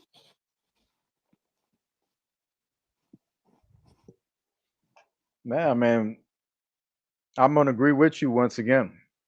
You know, that's the type of champion, a fighting champion who's working everybody. You know, like Bret Hart when he was champion and he's fighting everybody from every division. Yokozuna, 400 pounds. Andre the Giant or some shit. Or somebody that's 7 feet Or a tall. small He, little cruiserweight like 1, 2, 3 kid or somebody like that. And he would take on any weight class and still yeah, prove that he was dominant. yeah, and with that, a strong world champion being someone that's going to work for everybody. You know, you're DJ Chaotic, but Impact is there, and CJ Mondo is there. All these guys are there, and and you're going to work with all of us because you know it's good for the company, good for the business, and it's good for the division, for the championship. You know, it makes Mm-hmm. it's really become comedy. I mean, I don't know if we have enough time to even get into this topic because this is just the touchiest topic of them all. Is the Right, current right. the current state of wrestling, but I don't shy away from what I really think, DJ. Okay, I understand that I understand that people have opinions and thoughts and whatever you want to call it, but listen, man, that there's definitely a lot that's wrong with wrestling right now. A lot. It's not great, Exactly. And and it that's kind of, and it all goes as following with this. It's like, if you're a promoter, you should know the talent that want to be skyrocketed, and you should know who to use and who not to use. At the right. end of the day, you know your talent better than anybody else. So in most cases, you got to see and figure out a way to put that talent over, not putting them in like a mid card situation, but make sure you elevate them over the mid card situation. Well, let me ask you about this. Let me ask you about this. In the JTV chat right now, there's an ongoing topic going on that they talking about. Let's ask you about it. Let's ask you about Zack Ryder. Zack Ryder, I don't watch TKO's version of WWE, but I saw the clip that he came back on SmackDown last night. I'm happy about it. I think it's a fantastic thing. It's an amazing thing, even though he was talking some bullshit saying he'll never go back and whatnot, which we know how business works. I'm not going to use it against him that he said that and now he's back with them. But I'm understanding that they didn't sign him or they got a merch deal going on.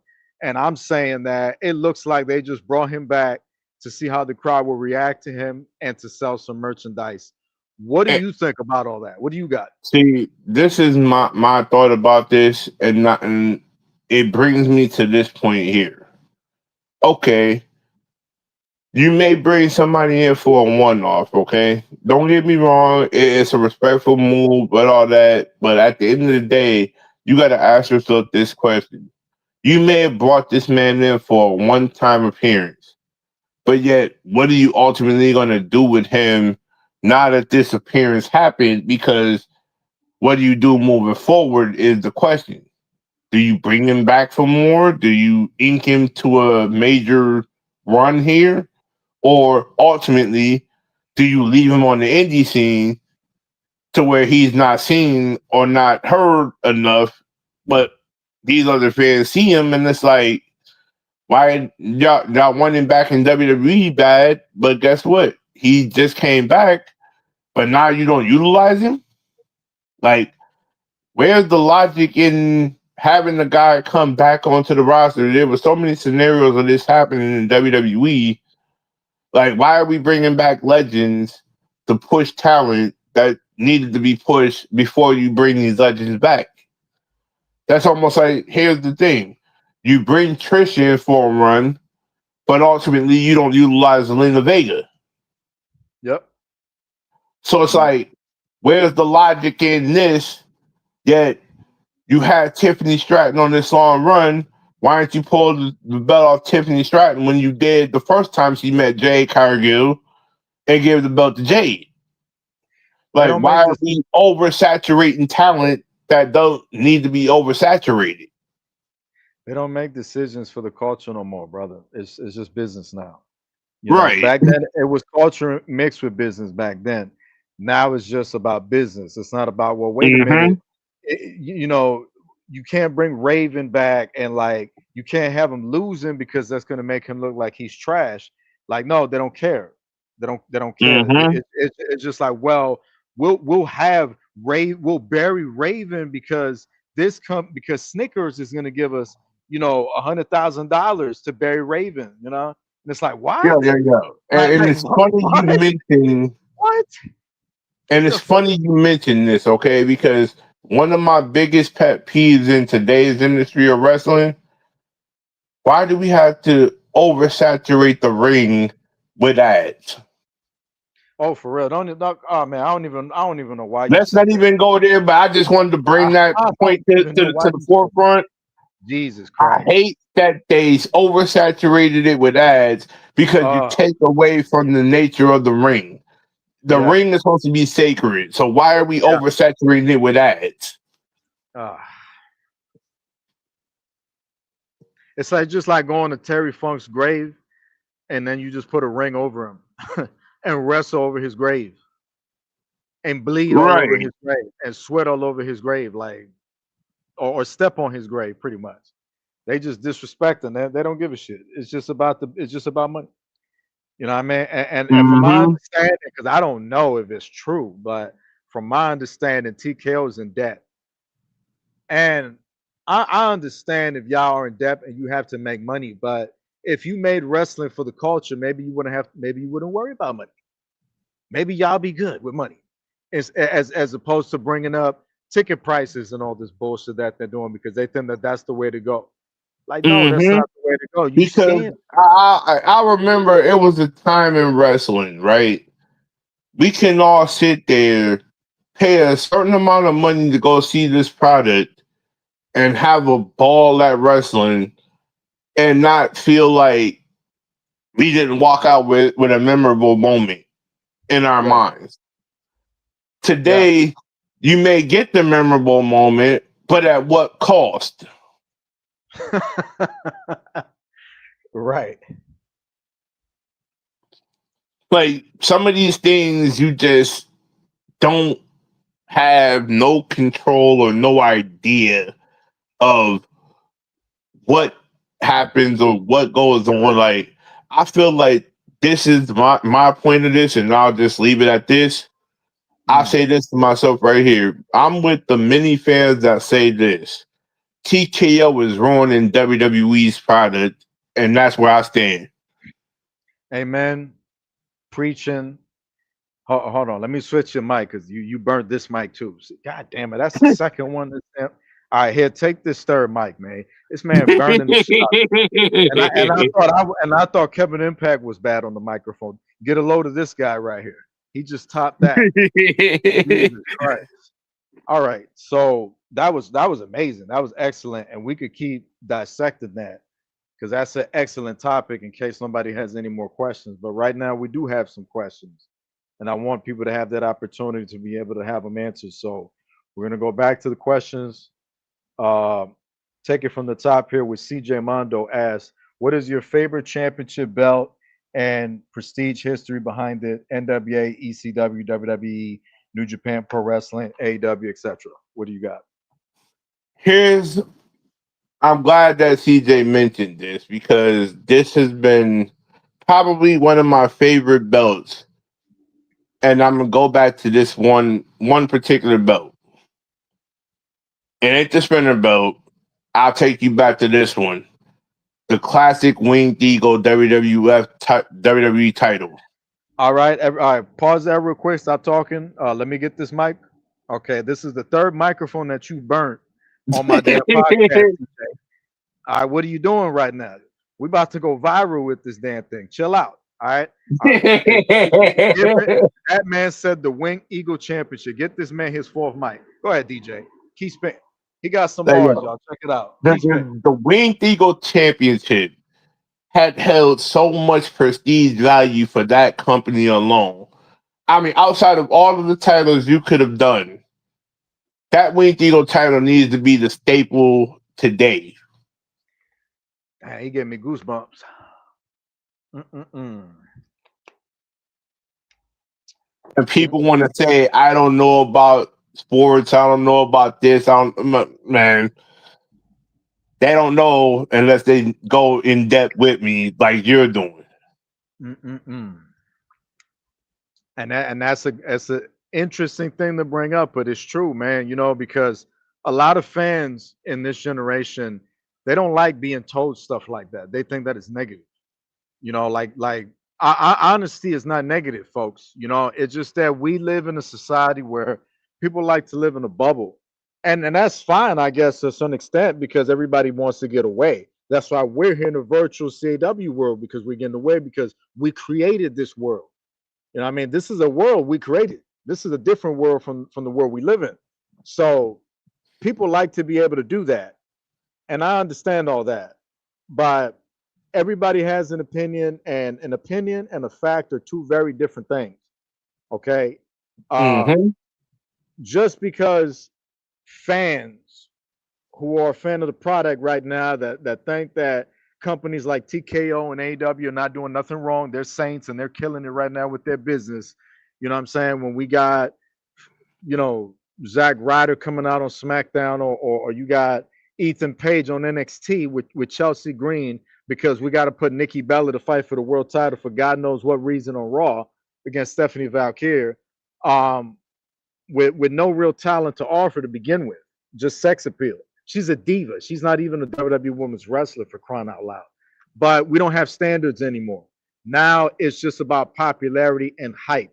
CM Punk came from AEW. The cool thing, for a little bit was to boo him when a lot of people didn't really know what the hell was going on. They were just going off of whatever story was being fed to them. When here's a guy who was just speaking his mind, and then he was defending himself, uh, with a bunch of wimps in AEW, being the Young Bucks Mm-hmm. and being Hangman, who are softer than the pillows we all sleep on. Most of us sleep on. It's soft as shit. Tony Khan is soft as shit. You know what I mean? And a lot of people don't want to talk about it, or a lot of people just And it's want like to. everybody want to sit here and kiss the ass of AEW product doing, what they doing. But Yeah. guess what? Over here behind the scenes, it feel like TNA wrestling has been killing it across all cylinders. Yet this whole thing with them in NXT is kind of feeding off of one another. All right. Now let me But get it's this. the competition. You did it again. You did it again. You burnt the damn mic. You burnt the damn mic once again. The same thing I've been saying. I believe TNA is the best wrestling company on TV right now. The same thing. The same thing. I agree with you. It's I like agree with this. And most people don't even want to sit here and admit that, oh, you think just because TNA is on the platform that they have now, do you think that they wouldn't be elevated even higher if they was on an actual national televised channel? with the crowd that they're drawing, by the way, With the crowds that and they're doing right now. This is a company exactly, that was dying. This company was dying in like 2012 after the Hogan shit and everything. They were just dying it off. felt like the moment that everything turned around was the moment I think as soon as they went back to those infamous letters. Instead of when they broke away from Yeah, that Impact yeah, name I and agree. went back to TNA wrestling, Yep. skyrocket. They started turning it around, and they had a Team Canada, man. What's his name? Chubby guy. Eric Young. Nah, not Eric Young. The Not coach, Eric Young, but Demore, I forgot the Scott, guy's name. Scott Demore, Scott Demore. Scott, Scott, this guy, the I guy that saw, was over there on that was doing all the matches yeah, before Santino Morella came. yeah, I saw Scott Demore in person at. I didn't go to any wrestling shows. The last show that I went to was a TNA show because I knew it would be worth my time, and it was the anniversary, whatever it was, 10 years or whatever. One You do episode. realize one thing, Kevin. Ah, He runs the new company that's out right now, MLP or I don't whatever know. company. I don't. It, I don't know. I don't know much about it, but I had heard he went to another company after TNA, yeah, he's running. He's and running the company. I agree with you that he was the guy who kind of led the ship with them going back to the original look and theme music, and to bring that old school TNA back, because you have to understand that if you're gonna paint the canvas, you might as well put a cool fucking design on there that means something. In TKO's WWE, you got, I don't know, cell phone, whatever company design on the mat because they don't give a shit. They're making money off of that. On the TNA mat, you got TNA logo or whatever's on there. And I know they got ads. I think I've seen ads on their shit too. I'm not going to be a hypocrite neither. But their main logo is as a tribute to their product. Okay. We don't see a big old WWE logo on the mat. We see sponsorship, but that's besides the point. So that look that they had adapted, going Mm-hmm. back to that traditional look, I feel it was important because it brought back that vibrance. And before I pass you the mic and you burn another one and I give you a new one, um, you take, I'm gonna give you this example. McDonald's. I Right. spoke to a good friend of mine, no kills, no damage, said something very important, or that I consider was important, that if you look at McDonald's now, and this is me bringing it up, but he says something interesting too. McDonald's right now, you go to McDonald's, and I choose not to. I don't go to McDonald's, but for those that go to McDonald's, you look outside of it, and it's just like a regular old, you know, worn out building. It's what it looks like. The color's Right. not fun. It's not interesting. There's nothing exciting about it besides you getting your food and then you get the hell out of there. But what if you went to McDonald's in the 90s?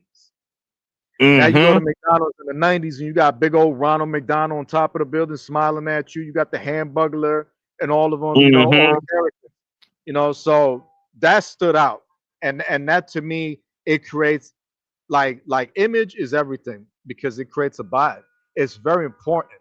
A lot of fans now don't really give a shit how the arena looks. They don't care. The WWE will make an arena where it's just a square and a logo. That's it, and everybody just comes out. There's no passion. There's nothing. And It's it's just a, like it's this, and this is where I'm gonna feed off of what you just said there because it's funny. 90% of the time, okay, you would go to a wrestling show, okay, and quite frankly, you would go there for not just the matches, but you go there to see what the atmosphere is about.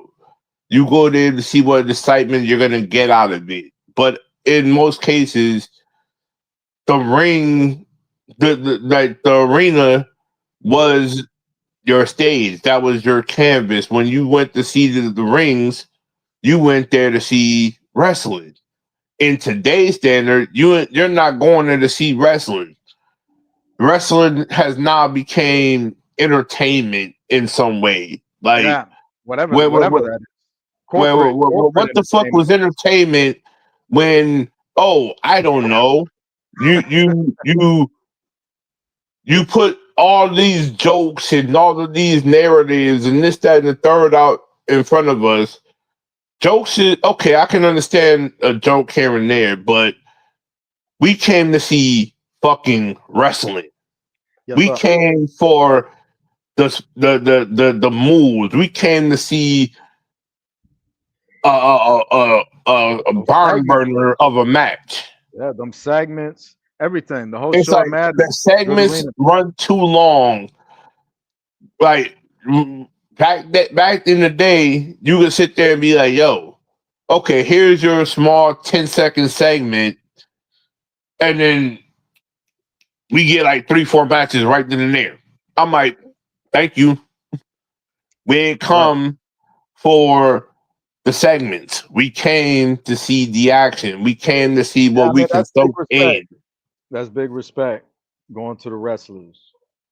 Not spending too much time on it. You get back into the ring. And if you're gonna tell a story on the side, it's got to be compelling, man. It's got to make sense. It's got to be interesting.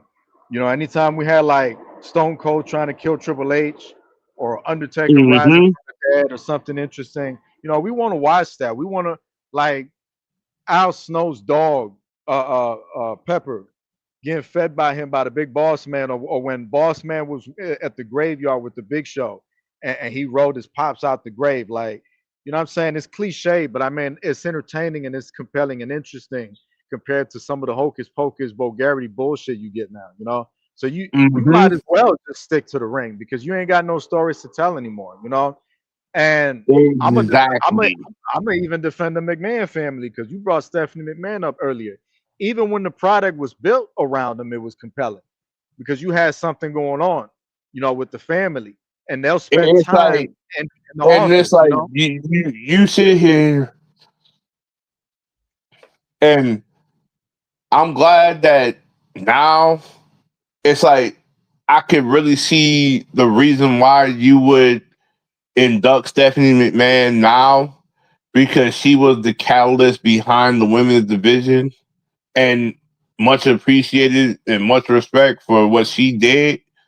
But without Stephanie, that women's division would feel very dull and bland because the men are always going to be the standard. At that point, don't get me wrong, but in most cases, the women have to have their shine too. So, Yeah, how are you I supposed to agree. give everybody a chance and not feel like we're oversaturating X, Y, and Z male wrestler, but we want to give maybe 3, 4 matches to the women? Like, but you don't see 3, 4 matches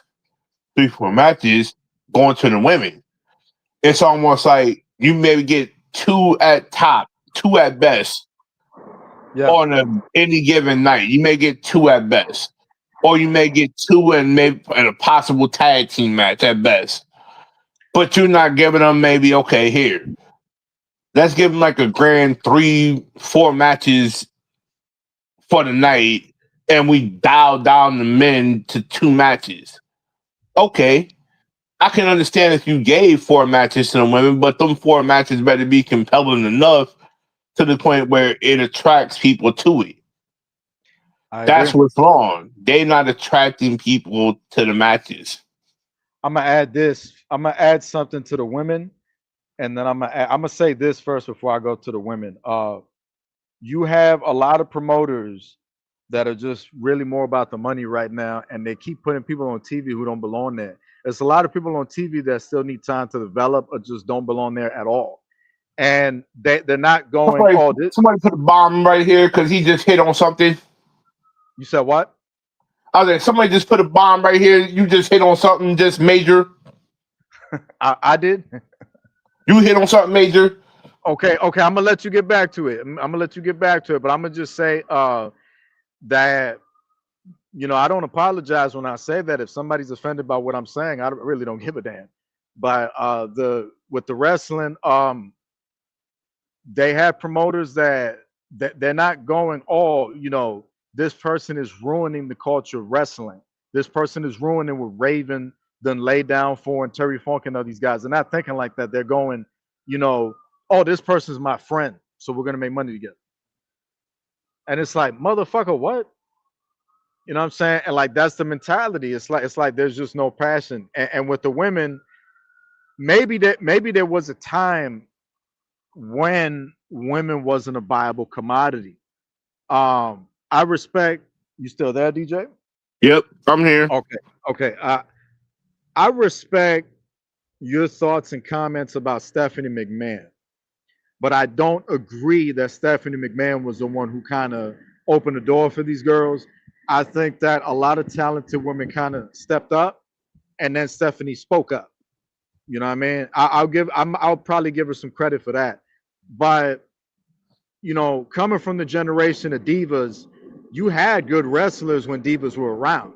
It's just that it wasn't really centered around them having good matches. It was about sex appeal. The girls we grew up with was either managers coming out to show their tits and body, or in the case of Alita and Trish, they'll probably have a banger here and there.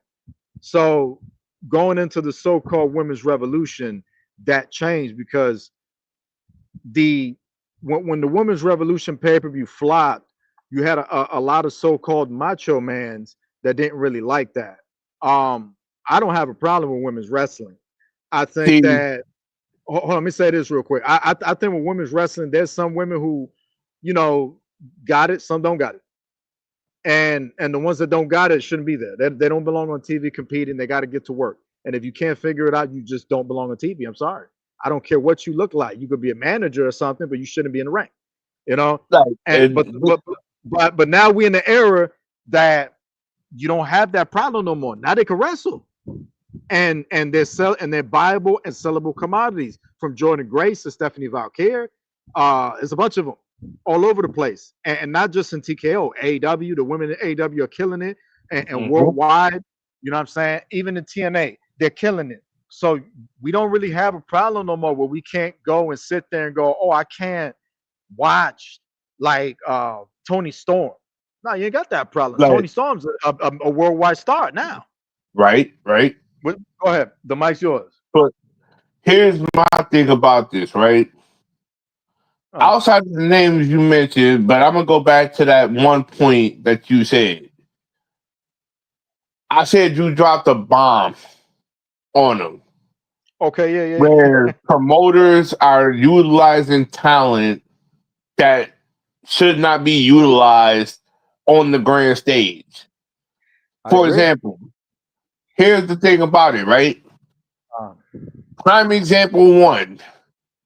Why are we utilizing Nia Jackson when she's a walking injury to wrestlers waiting to happen?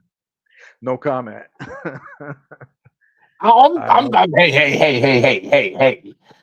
I'm just throwing it out there.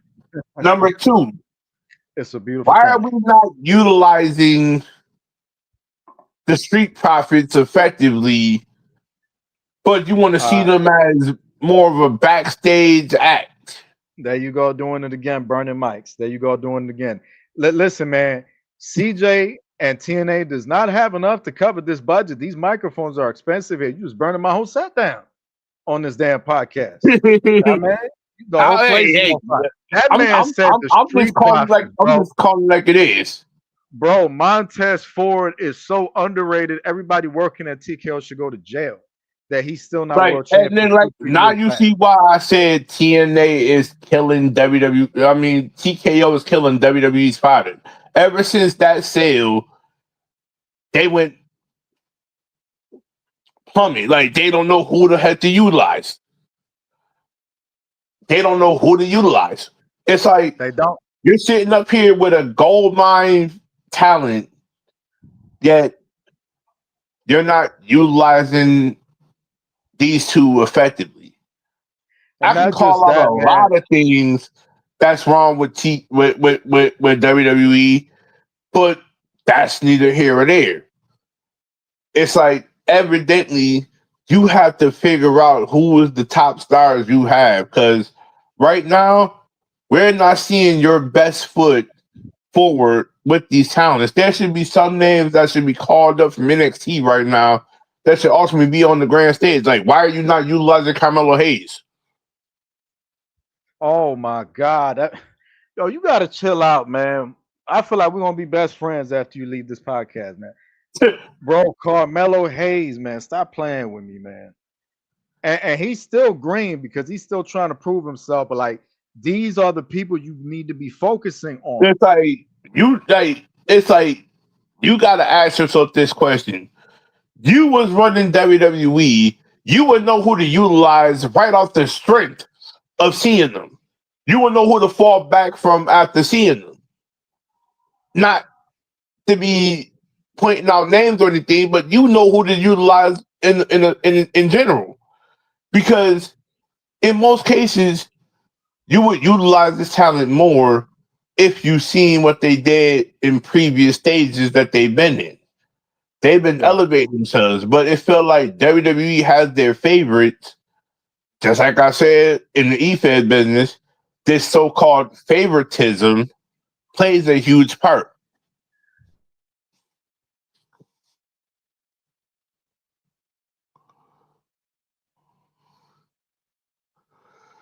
And nobody seems to mind. A lot of these fans is this is what I call the brain rot era. Like nobody's questioning shit. Nobody's stepping up. Nobody has charisma. It doesn't matter. I You know, mean, if you we have friends, whatever. like because hear me on this, and I know you probably may be curious to know why I'm seeing certain things. Okay, Uh, one podcaster pointed out the obvious to me that I follow. I don't know if you follow him. He goes by the name of JD from NY206, the ultimate guy of truth bombs in professional wrestling. He's the one that's been calling out the madness in every company. really. He calls out the madness in every company. Just like I'll say right now, what was the point of you pulling the title off of Santana, Mike Yeah. Santana, and giving it to the guy that they gave it to now? You had a hot hand with Mike Santana. What does Frankie I'm Kazarian bring to the table that Mike Santana wasn't going to bring? I don't know if I'm supposed to say this or not because I have some inside people. And from my understanding, I guess they had Mike drop the belt because he's going over to TKO.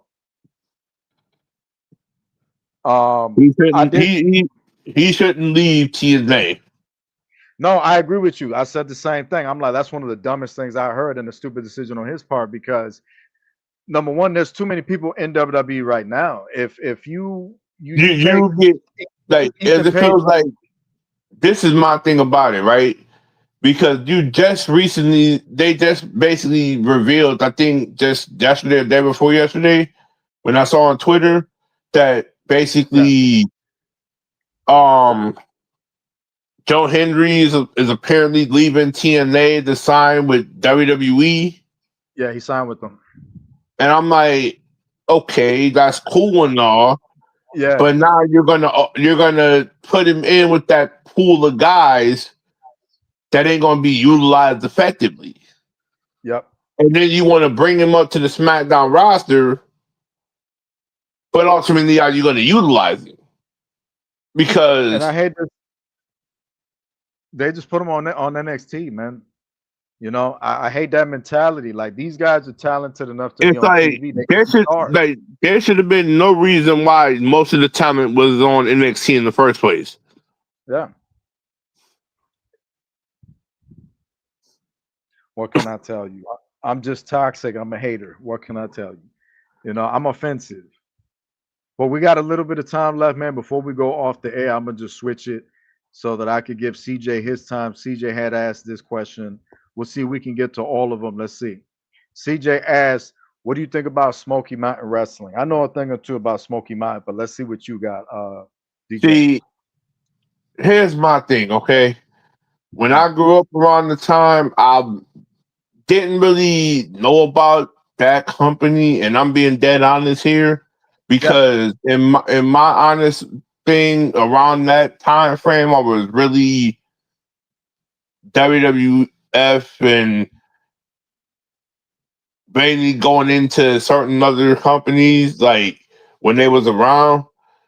But if I had to, I would definitely try to see if there's any footage around those certain matches that I can watch that would make me learn more about Smoky Mountain Wrestling. well, Smoky Mountain was a company that was ran, if I'm not mistaken, by Jim Cornette. And Jim Cornette, it was a territory he had. Um, and the towns that he was booking Smoky Mountain, like you had a lot of racist fans and different shit like that that went on. And my boy New Jack had went. He did a little bit of that. He got some hate. He had made the O.J. Simpson comment when he was a Smoky Mountain with Mustafa, who was his tag team partner. I didn't really know about Mustafa like that. I knew New Jack, through the video game and whatnot. I had wrestled him in not in person, but in the game, me and No Kills, No Damage in the old JTV, the old PlayStation days, PS1, the ODCW. But um, he was there, and there was a few other people. Several people came through that territory, Smoky Mountain. I can't remember everybody. I think maybe the Midnight Express may have been there. Tommy Rich with CJ Likes, you know what I mean? Mm-hmm. And they were very influential in the wrestling business as before ECW, which was ran by Todd Gordon. Todd Gordon is before Paul Heyman that ran. I think it was East. I don't remember what the first part was for the original ECW, but it had a different name. And stuff like that. You had different territories. Like you take JTV. If you take JTV wrestling, you make it like cause TKO, or you make us like a TNA and TKO, and then you have the other ones. The Right. CJ Mondo's TNA, your wrestling company were like territories that were influential to JTV. You see what I'm saying? That's kind of what Smoky Mm-hmm. Mountain. So that's why it was important, and it has a lot of good shit that went on over there. I got to do more research on Smoky Mountain myself, but I mean, at least I know about it a little bit. Um, let's see what else we got. See, so Nutty O Gaming asks, outside of wrestling, what other sport you a fan of? Sports fan? Yep, huge sports fan. Looking forward to my team this Sunday playing against the Tampa Bay Buccaneers. Buffalo Bills Oh, fan, Tampa Bay Sabres Buccaneers. Oh, fan for the hockey. I'm a Yankees fan for the MLB basketball. Kind of, I'm a huge fan of a certain couple of players, but not really. I found my niche for a team yet. right. Because when I started watching basketball, it was always about Jordan and the Bulls, and we all know that's a different topic in itself. Yeah. I don't really follow sports as much as I used to. My MLB Yankees team dies off at around 2007, and then I still love baseball, but I just don't know who's anybody. You don't have Right. Babe Ruth, you don't have Giambi or nothing like that no more. It's just like You don't you know, have like the star names that we're used to seeing back in the day. right. So it's just like I'm not saying they're not talented. Of course they're talented, but I just don't know them. And if you don't have that aura about you, I don't care about you. It's just that simple. The Hmm. only person that I know, I'm gonna tell you how bad it is with me in baseball. The only person that I know from baseball right now is Aaron Judge. That's it. I don't know nobody. Not one other person by name. I don't know nobody. And I've been trying to get to know people, but I just it's hard because I don't know. Maybe I'm just getting old. I think I'm just So but much comes in, and yeah, I get yeah, it. yeah. So that's that because this is about you. This is about your responses. So hopefully that answers your question, Nadio. Let's see if we can get to some of the other questions here. We get ready to wrap up soon. CJ Mondo asks, "What do you think about WCW and Sting and Goldberg?" That's an interesting one. The funny, it's funny that you bring WCW up because this company has so many iconic moments that I've fond with. Four Horsemen, Goldberg to Sting to so many legendary moments there. Even the NWO, yeah. WCW, I think, was kind of at a hot streak because if it wasn't for the Monday Night Wars, that was the golden era between that Attitude Era and what WCW was doing. Kind of ultimately led fans into wrestling more. I agree. But yeah, you Worldwide. get the rest of the history from there. Yeah, I agree. That was a worldwide thing. Major Because you impacts ain't were know made. who you wanted to tune into every time, whether it be you'll be tuned in over here to WWE one minute, the next you'll just want to flop over to TNT for Monday Night Raw from Nitro. All the time. I used to watch Nitro for 1 hour when they used to go on at 7, and then and at 8, and then at 9 I'll switch over to WWF Raw, and it was like that for years that went on. But I'll still tune in, and then on a commercial break, you you change the channel. Yo, what is Nitro doing? What is WCW doing? Okay, let me go back. It's like when Depending you on know it's like you have a gut feeling in your mind. You back to say you be watching WWE, and next you know, as soon as you be hearing maybe on the alternate TV in another room, your brother may be watching that. You hear that NWO music, like, flip. even if you was a WCW fan, you was still changing the channel to watch what was on WWF. Even if you was, it don't matter what you was watching. You It could have don't been matter an what you was ECW doing. fan. Like it was always that bounce factor. All right, so go ahead. You still got your question with Like it was WCW that Sting and bounce Goldberg. factor that basically said, okay, you may see hot moments over here in WCW, but then to be that one oddball match, like say for example, I don't know if you did this when the time happened, right? You'll be watching WCW Nitro one minute, the next minute, the day that made you turn the channel over to WWE. I think it was the moment where Mankind won the heavyweight championship over The Rock, and you tuned over to WWE the moment that happened. Tony Schiavone. Yep. And I'm A lot, like, that a was lot of it. a lot of people did. A lot of people did. I don't think I was watching when that happened, but I've heard of that story. It's an old story that occurred that um WCW went on there and was like, they used to give away the storyline sometimes on WCW what the WWF was doing because WCW was live shows and WWE shows were recorded, and they was able to get information from it before it come out. So they had the It was announcer like Tony way, Schiavone. and that it's funny that you mentioned that because every time I would watch WCW, every time it would be like Eric Bischoff would pop up in like one segment of the show. Oh, don't go watching WWE product. Like you rather be over here with WCW because this match happened and this person won, this person won, and this person won.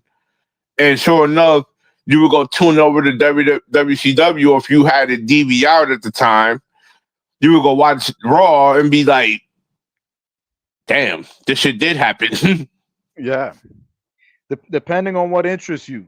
You know what I'm saying? Depending on what interests you, because if they went on WCW and was like, "Yo, don't watch the Survivor Series because Bret the Hitman Hart's gonna get screwed," and be like, "Oh shit, I'm gonna order on pay-per-view right now. I need to see that." Fact. You know, so Like, that's just the it thing, makes you intrigued to see what they was really talking about. right? So it will work out sometimes, and sometimes it will backfire. But I mean that was definitely something that happened. And it answers the Like, question. and it was the suspense factor of both shows that made it feel outstanding. Okay, but what about Goldberg and Sting? To answer his question. So now, Goldberg and Sting. I'll bring two perfect examples with these two guys. With Goldberg, he came in. He started that whole, oh, I'm a kick ass person, but also I'm gonna run through your whole entire fucking division. Right. And if it wasn't for him starting that streak and bullying through people, you wouldn't have known who Goldberg is. But that's what made me feel closer to, like, I respected Goldberg because not only because of the outlet that he brought to the table in wrestling, but I didn't notice that back before he came into wrestling, he was around Deion Sanders and the Atlanta Falcons. Yeah. So I'm like, When he had hair. so it's like I just kind of was more fond around him, but then Sting, being the icon that he is, and I respect his career, what he done in his business. Amen. Sting was probably one of my ultimate favorite WCW personas, next to the Four Horsemen, next to Goldberg. But Sting was like what attracted me to WCW. All right. Sting surfer or Sting in that black and white? Crow Sting. I believe you. Well said. All right. Before we close this thing out here, let's see. Let's see if we can get another one. This is a weird question from CJ as we get ready to close the show out. CJ asks, what celebrity are you a fan of wrestling now or non-wrestling related? That's a strange question. What celebrity? Hmm. That's an intriguing one, but I don't really have like a celebrity that was majorly into wrestling outside of maybe the one moment back a while ago when Cindy Lauper was around helping the women's division grow around Mm. that time. This man's got some good taste too. He's not just smart; he's got some good taste. He said Cindy Lauper. Cindy Lauper, bro. Any moron, excuse me. Um, Anybody who don't know what the hell they're talking about would have been like, they would have said like, um, what's this dude's name? I can't even remember his damn name. They would have gave you like a weird name for a select, oh, a Cardi B or something, popping up or whatever. Like we talking about groundbreaking. Groundbreaking was Cindy Lauper. Cindy Lauper was groundbreaking when she came on there. Because you was bringing that Because pop it culture. feels like when she was there, it felt like most of the women's division kind of elevated around her at that time. Like they kind of gave the women a little Wendy opportunity Richter, when she came around because she used to come out to the ring with, I forgot who it was yeah, at like that moment. Wendy Richter with her. Yeah, I don't know if it was Wendy Richter or if it was somebody at that time, There was but others, I, and I Captain Lou. She used to run with Captain Lou, but she had someone yeah, else she she was, used to run with. yeah, because like I remember she was around like a certain group of people when it Yeah, came down yeah, to it, yeah, yeah, yeah, and yeah, then like the next other big moment that I'll say that was a big celebrity moment for me, and I know you're probably gonna trip when I say this. yeah. Mm. Bam Bam Bigelow versus Lawrence Taylor. Okay, that meant something to you. That match, I say to myself, I'm like, yo, the first ever time I ever saw a football player be a wrestler and was naturally doing it, but didn't know what the fuck he was doing. Right. Nah, Like LT being the figure that he is and the muscle stature that he has in the NFL, didn't think that he was going to physically bring that nature into the wrestling business. he brought it, but let's just say there's reasons why they don't show most of the match. They just show certain shots. His Right. shot, his shots in the match was, he was hitting them hard. He looked like he made it look like he belonged there, but at the same time, Bam Bam was so talented that he could wrestle, and he could wrestle a roll of toilet paper, and it would have been a 5-star match Right. on pay per view.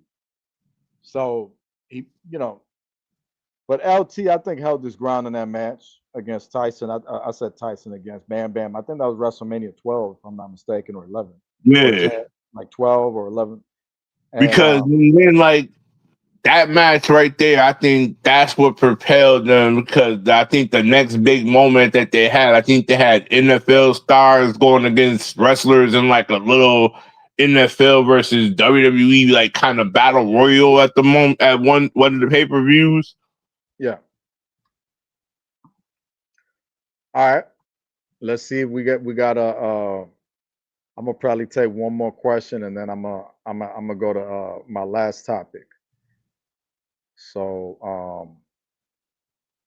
CJ Mondo asks, "What was your favorite ECW World Heavyweight Championship match?" Mm, that's tough. I'm gonna put it like this: one of the biggest moments that I say right now that was like my favorite one that stood out to me, Rob Van Dam versus Sabu. It's like the perfect ECW match. Where you're going to be able to have it all. You could get extreme, but you're also going to have two technical. Real wrestling moments that happen in that match. You may get your extreme spots here and there, but then you're getting wrestling. Right.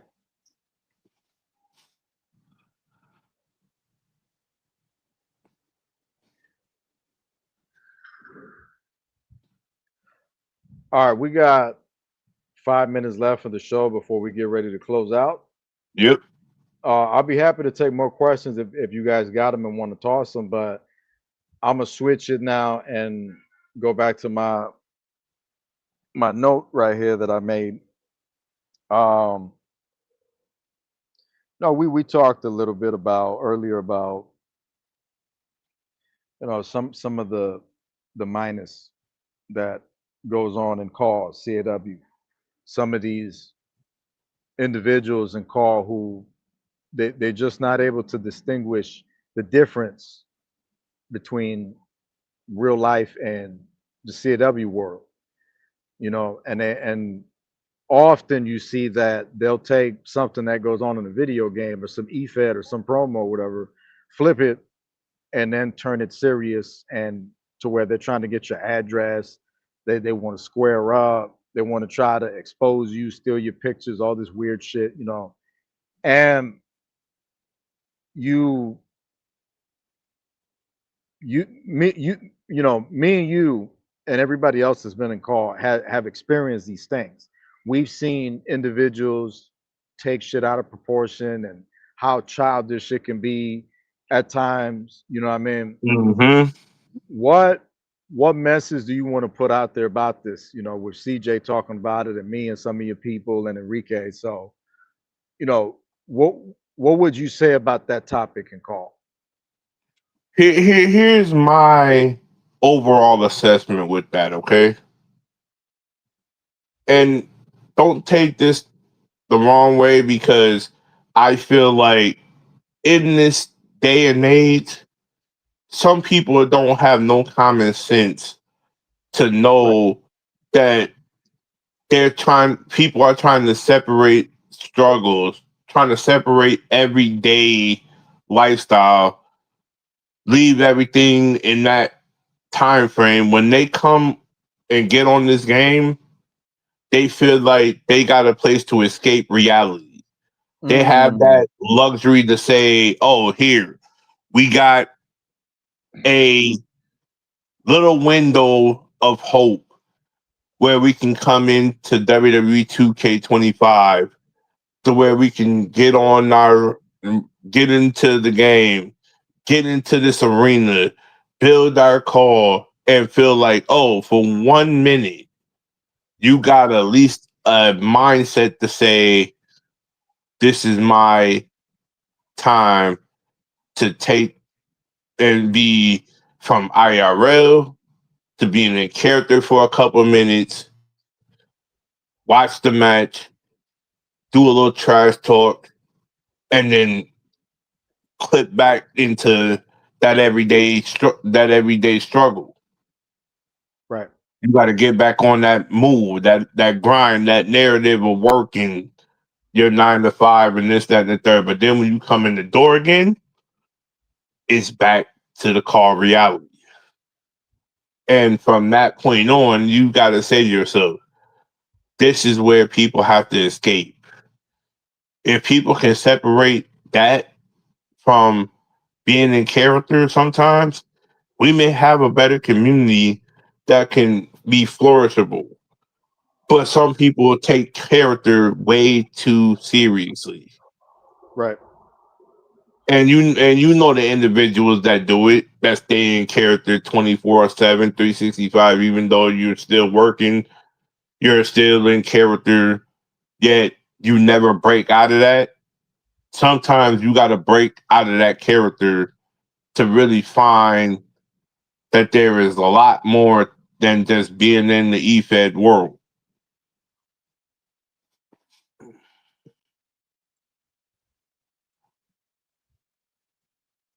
I agree with it 100%. I don't even want to butcher it by even adding to it. But my final question to close the show out is going to be this for you. How would you want DJ Chaotic to be remembered when it's all said and done? When it's all said and done, I just want my name to ring bells in everybody's mind when I'm done.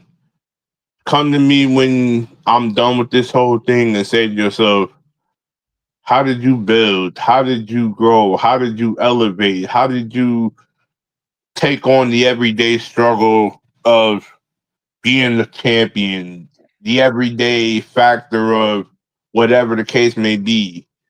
How did you ultimately see yourself being not only as good in the ring, but also as good as a promoter? And I'll put this one thing in perspective. You got to study your craft. You have to build what you want your character to be. Go look at the tape. Go look at the footage out there. There's plenty of wrestling knowledge to be soaked in. It just takes that one person to go and watch it.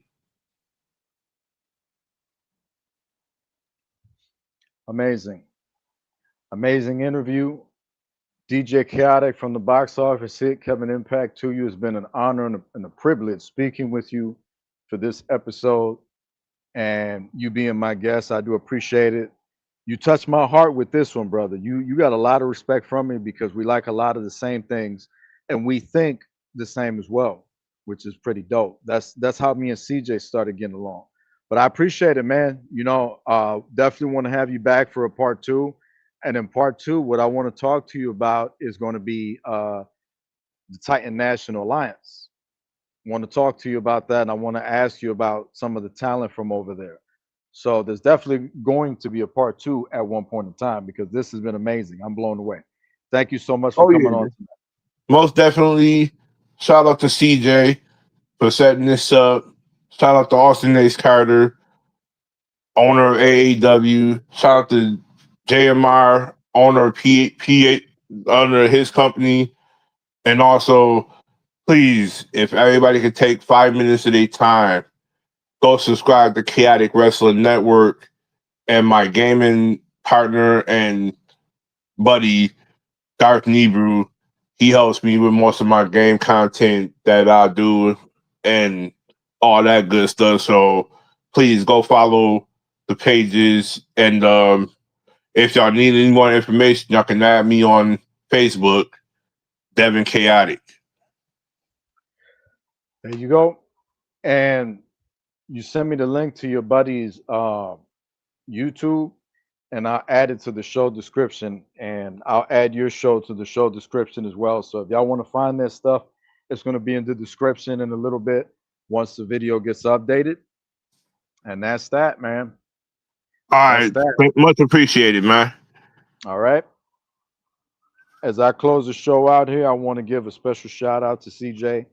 Like DJ Chaotic said, CJ Mondo is the guy who put this episode together, and I appreciate it because this has been an amazing experience. I expected it to be good, but I didn't know it was going to be this good. You know, this is like being offered a slice or two of pizza, and then instead you get a whole pizza pie. So this has been really amazing experience for me, and I look forward. And anybody tuning in, if you want to be a guest on this show, man, you can find me on as Kevin Impact on Facebook. Hit me up. You know it. You know the show. Subscribe, smash that like button, and we will catch y'all on the next episode of the City of Impact. Who's going to be next? You're going to have to tune in to find out. Now, if you can, top that.